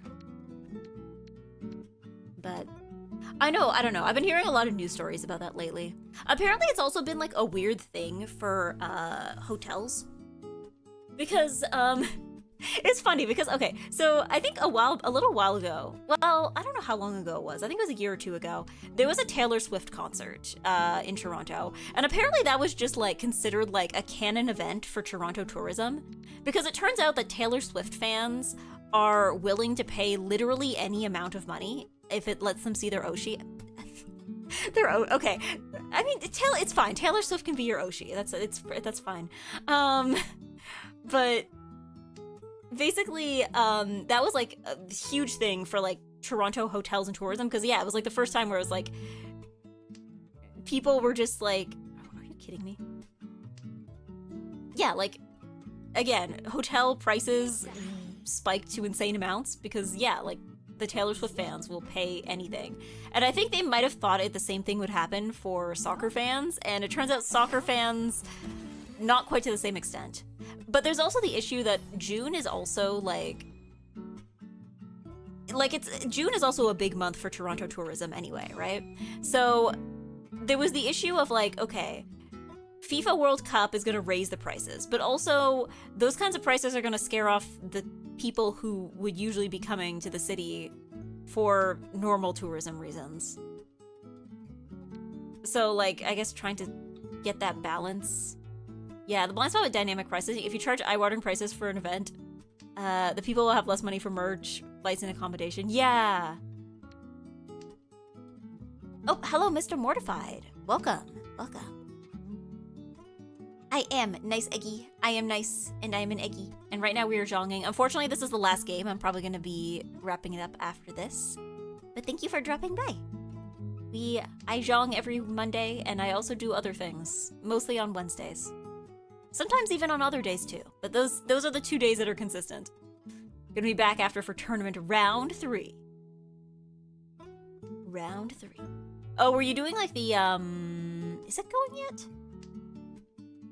What was it called? The EGGY thing. Is that going, or did I just see a notice for it coming soon?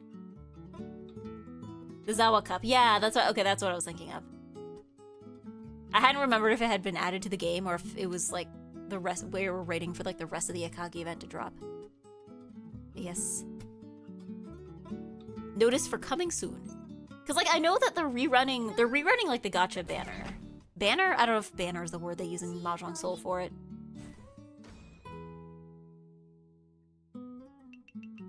But yeah, like they're rerunning the gacha for it. But I don't know if it's... Yeah, Kage is such a funny show and it isn't supposed to be. I don't know, the guys look weird, so there's that. I know there's other things to it, but I feel like that's probably the thing that sticks out to people when they first see it, right? Now the EGGY event comes back a few days after the tournament finishes. Ah, okay, so it's like the pre-event?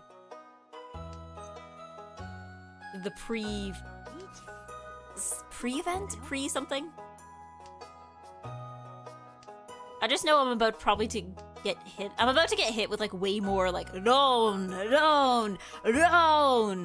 I'm gonna be getting hit with way more of those after that. All the people who missed it the first time are now gonna be going roan.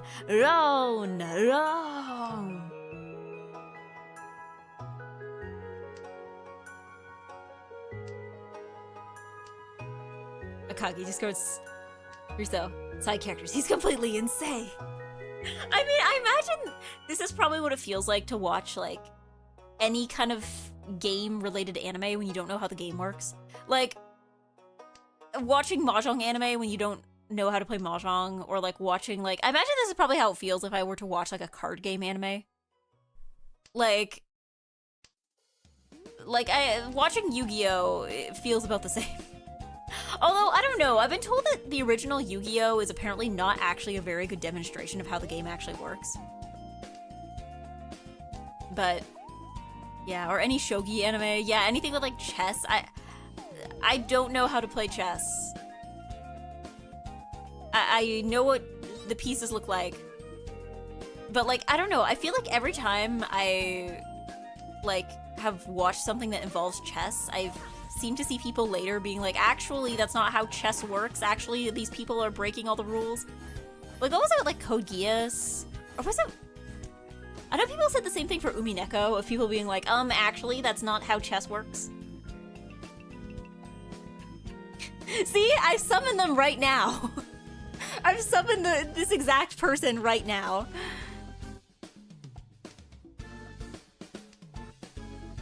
Do you know how the pieces move? I know the queen can move wherever she wants. I know you have to make sure the queen, even though she can move wherever she wants, cannot, you gotta make sure she doesn't get taken, because then you lose.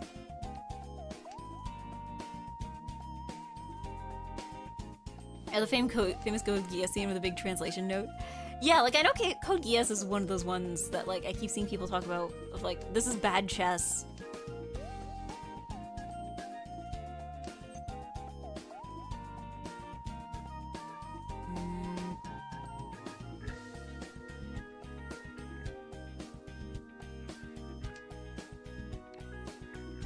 The queen can only move in lines, diagonal or straight, not anywhere. Okay. Because, like, I just remember seeing, like, those memes about, like, there's, like, a picture of, like, the Queen of England standing on, like, a checkered floor.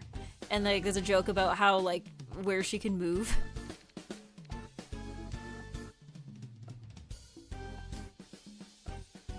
So what about Shogi? I don't know how to play Shogi either. I think I tried to learn once, because it was in Yakuza 0. And then I gave up and did something else in Yakuza 0. What else do I not know how to play? I don't know many card games. I don't know many TCGs. I don't know... Do I know anything other than Mahjong? I swear I know how to play games other than Mahjong.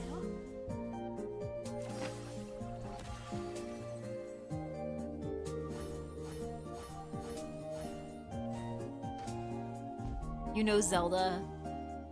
Yeah, but like... I don't know. I think any card game that's like more complicated than Balatro, I think is just too much for me. Can you play poker? I don't actually know how to play poker.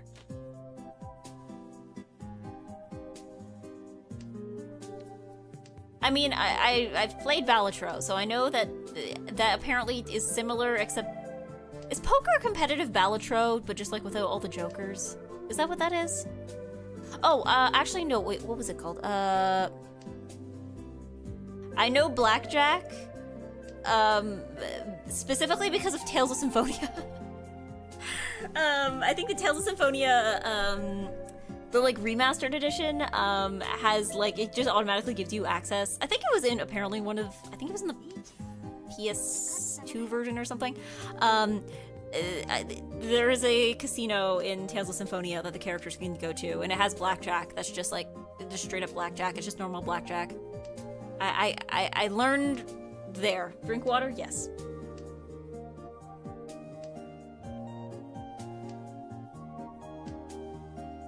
In poker, you can Texas Hold'em, and if your opponent doubles down, that's a straight flush. Those are definitely all words in the English language.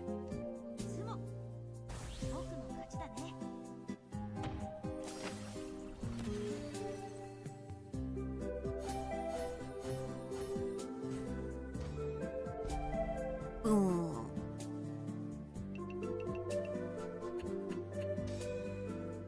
Boom. Eggy win! Eggy win! Finally, Eggy win. Finally, Eggy win. Eggy win, Eggy win, Eggy win. And Uno. Well, yeah, I know how to play Uno. I guess I know how to play Go Fish, because Go Fish is basically just Uno, but like with regular cards instead of specific Uno cards. And now Eggy stops on a win. Yeah. I mean, I was gonna stop here anyway, no matter what the outcome was. But it's nice that I got a win. It's nice that I was winning. Thank you, Denny. Thank you, Vals. And thank you, Alto.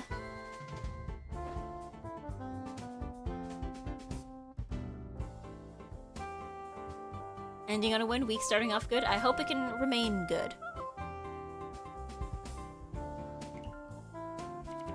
Because, like, I think...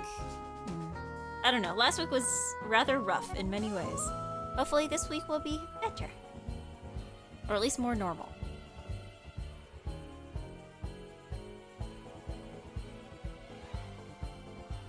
Think we need Eggy to invest in Tabletop Simulator to learn new games. I would need to do it as a collab. I would need to do it with somebody who knows how to actually play them.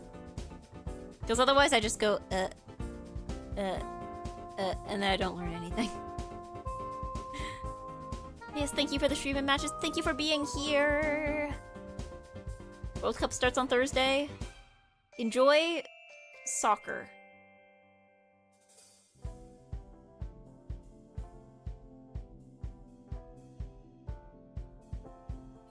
Let's see who's on. I don't know, I don't follow sport. I don't follow sport. All I know is that the Toronto Blue Jays lose when I'm in the room. And they win when I'm not. Alright, lots of people are on at this hour. Who we got? Bloom is on. Lapin is on. Almontes is on. Dot is on. Corpse is on. Nyanomancer is on.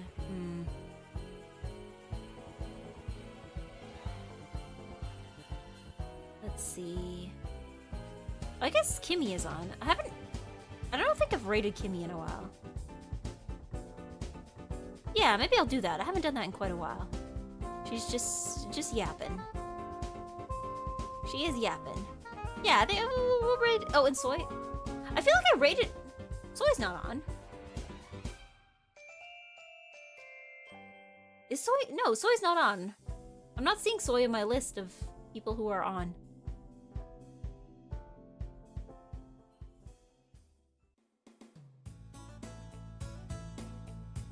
But yes. Thank you for being here. Thank you for being nice. Let me set up the raid. No, I can't say goodbye. I haven't set up the raid yet. Hold on. I can't forget how to stream. Soy is not on. My list just updated and she's off. Maybe she just finished, yeah. But yes, I will set up the raid. Here we go. And I will say... We can just do... I guess we can do Zhongying raid. Zhongying raid. That seems appropriate. Some people get confused when they see Zhong, though. I've seen people read it as like jogging raid, and I'm like, no, I was not jogging, I was zhonging, which is far more fun. But yes, now I can say thank you for being here. Thank you for being nice and good. I will be back on Wednesday. I don't think I'm gonna do Tomodachi Life this week. I think I might continue that model kit I was doing. Oh, and thank you. Thank you for sprouting. But yes, I will be back Wednesday with something. Probably not Tomodachi Life this week. Nothing wrong with Tomodachi Life, I'm just not feeling it this week. Probably model kit if I feel like setting up, or maybe something else. We'll see. Maybe they'll announce something in the direct and that will like change everything forever. So, I guess I will see you next time. And until then, be very nice and good. And au revoir. Bye.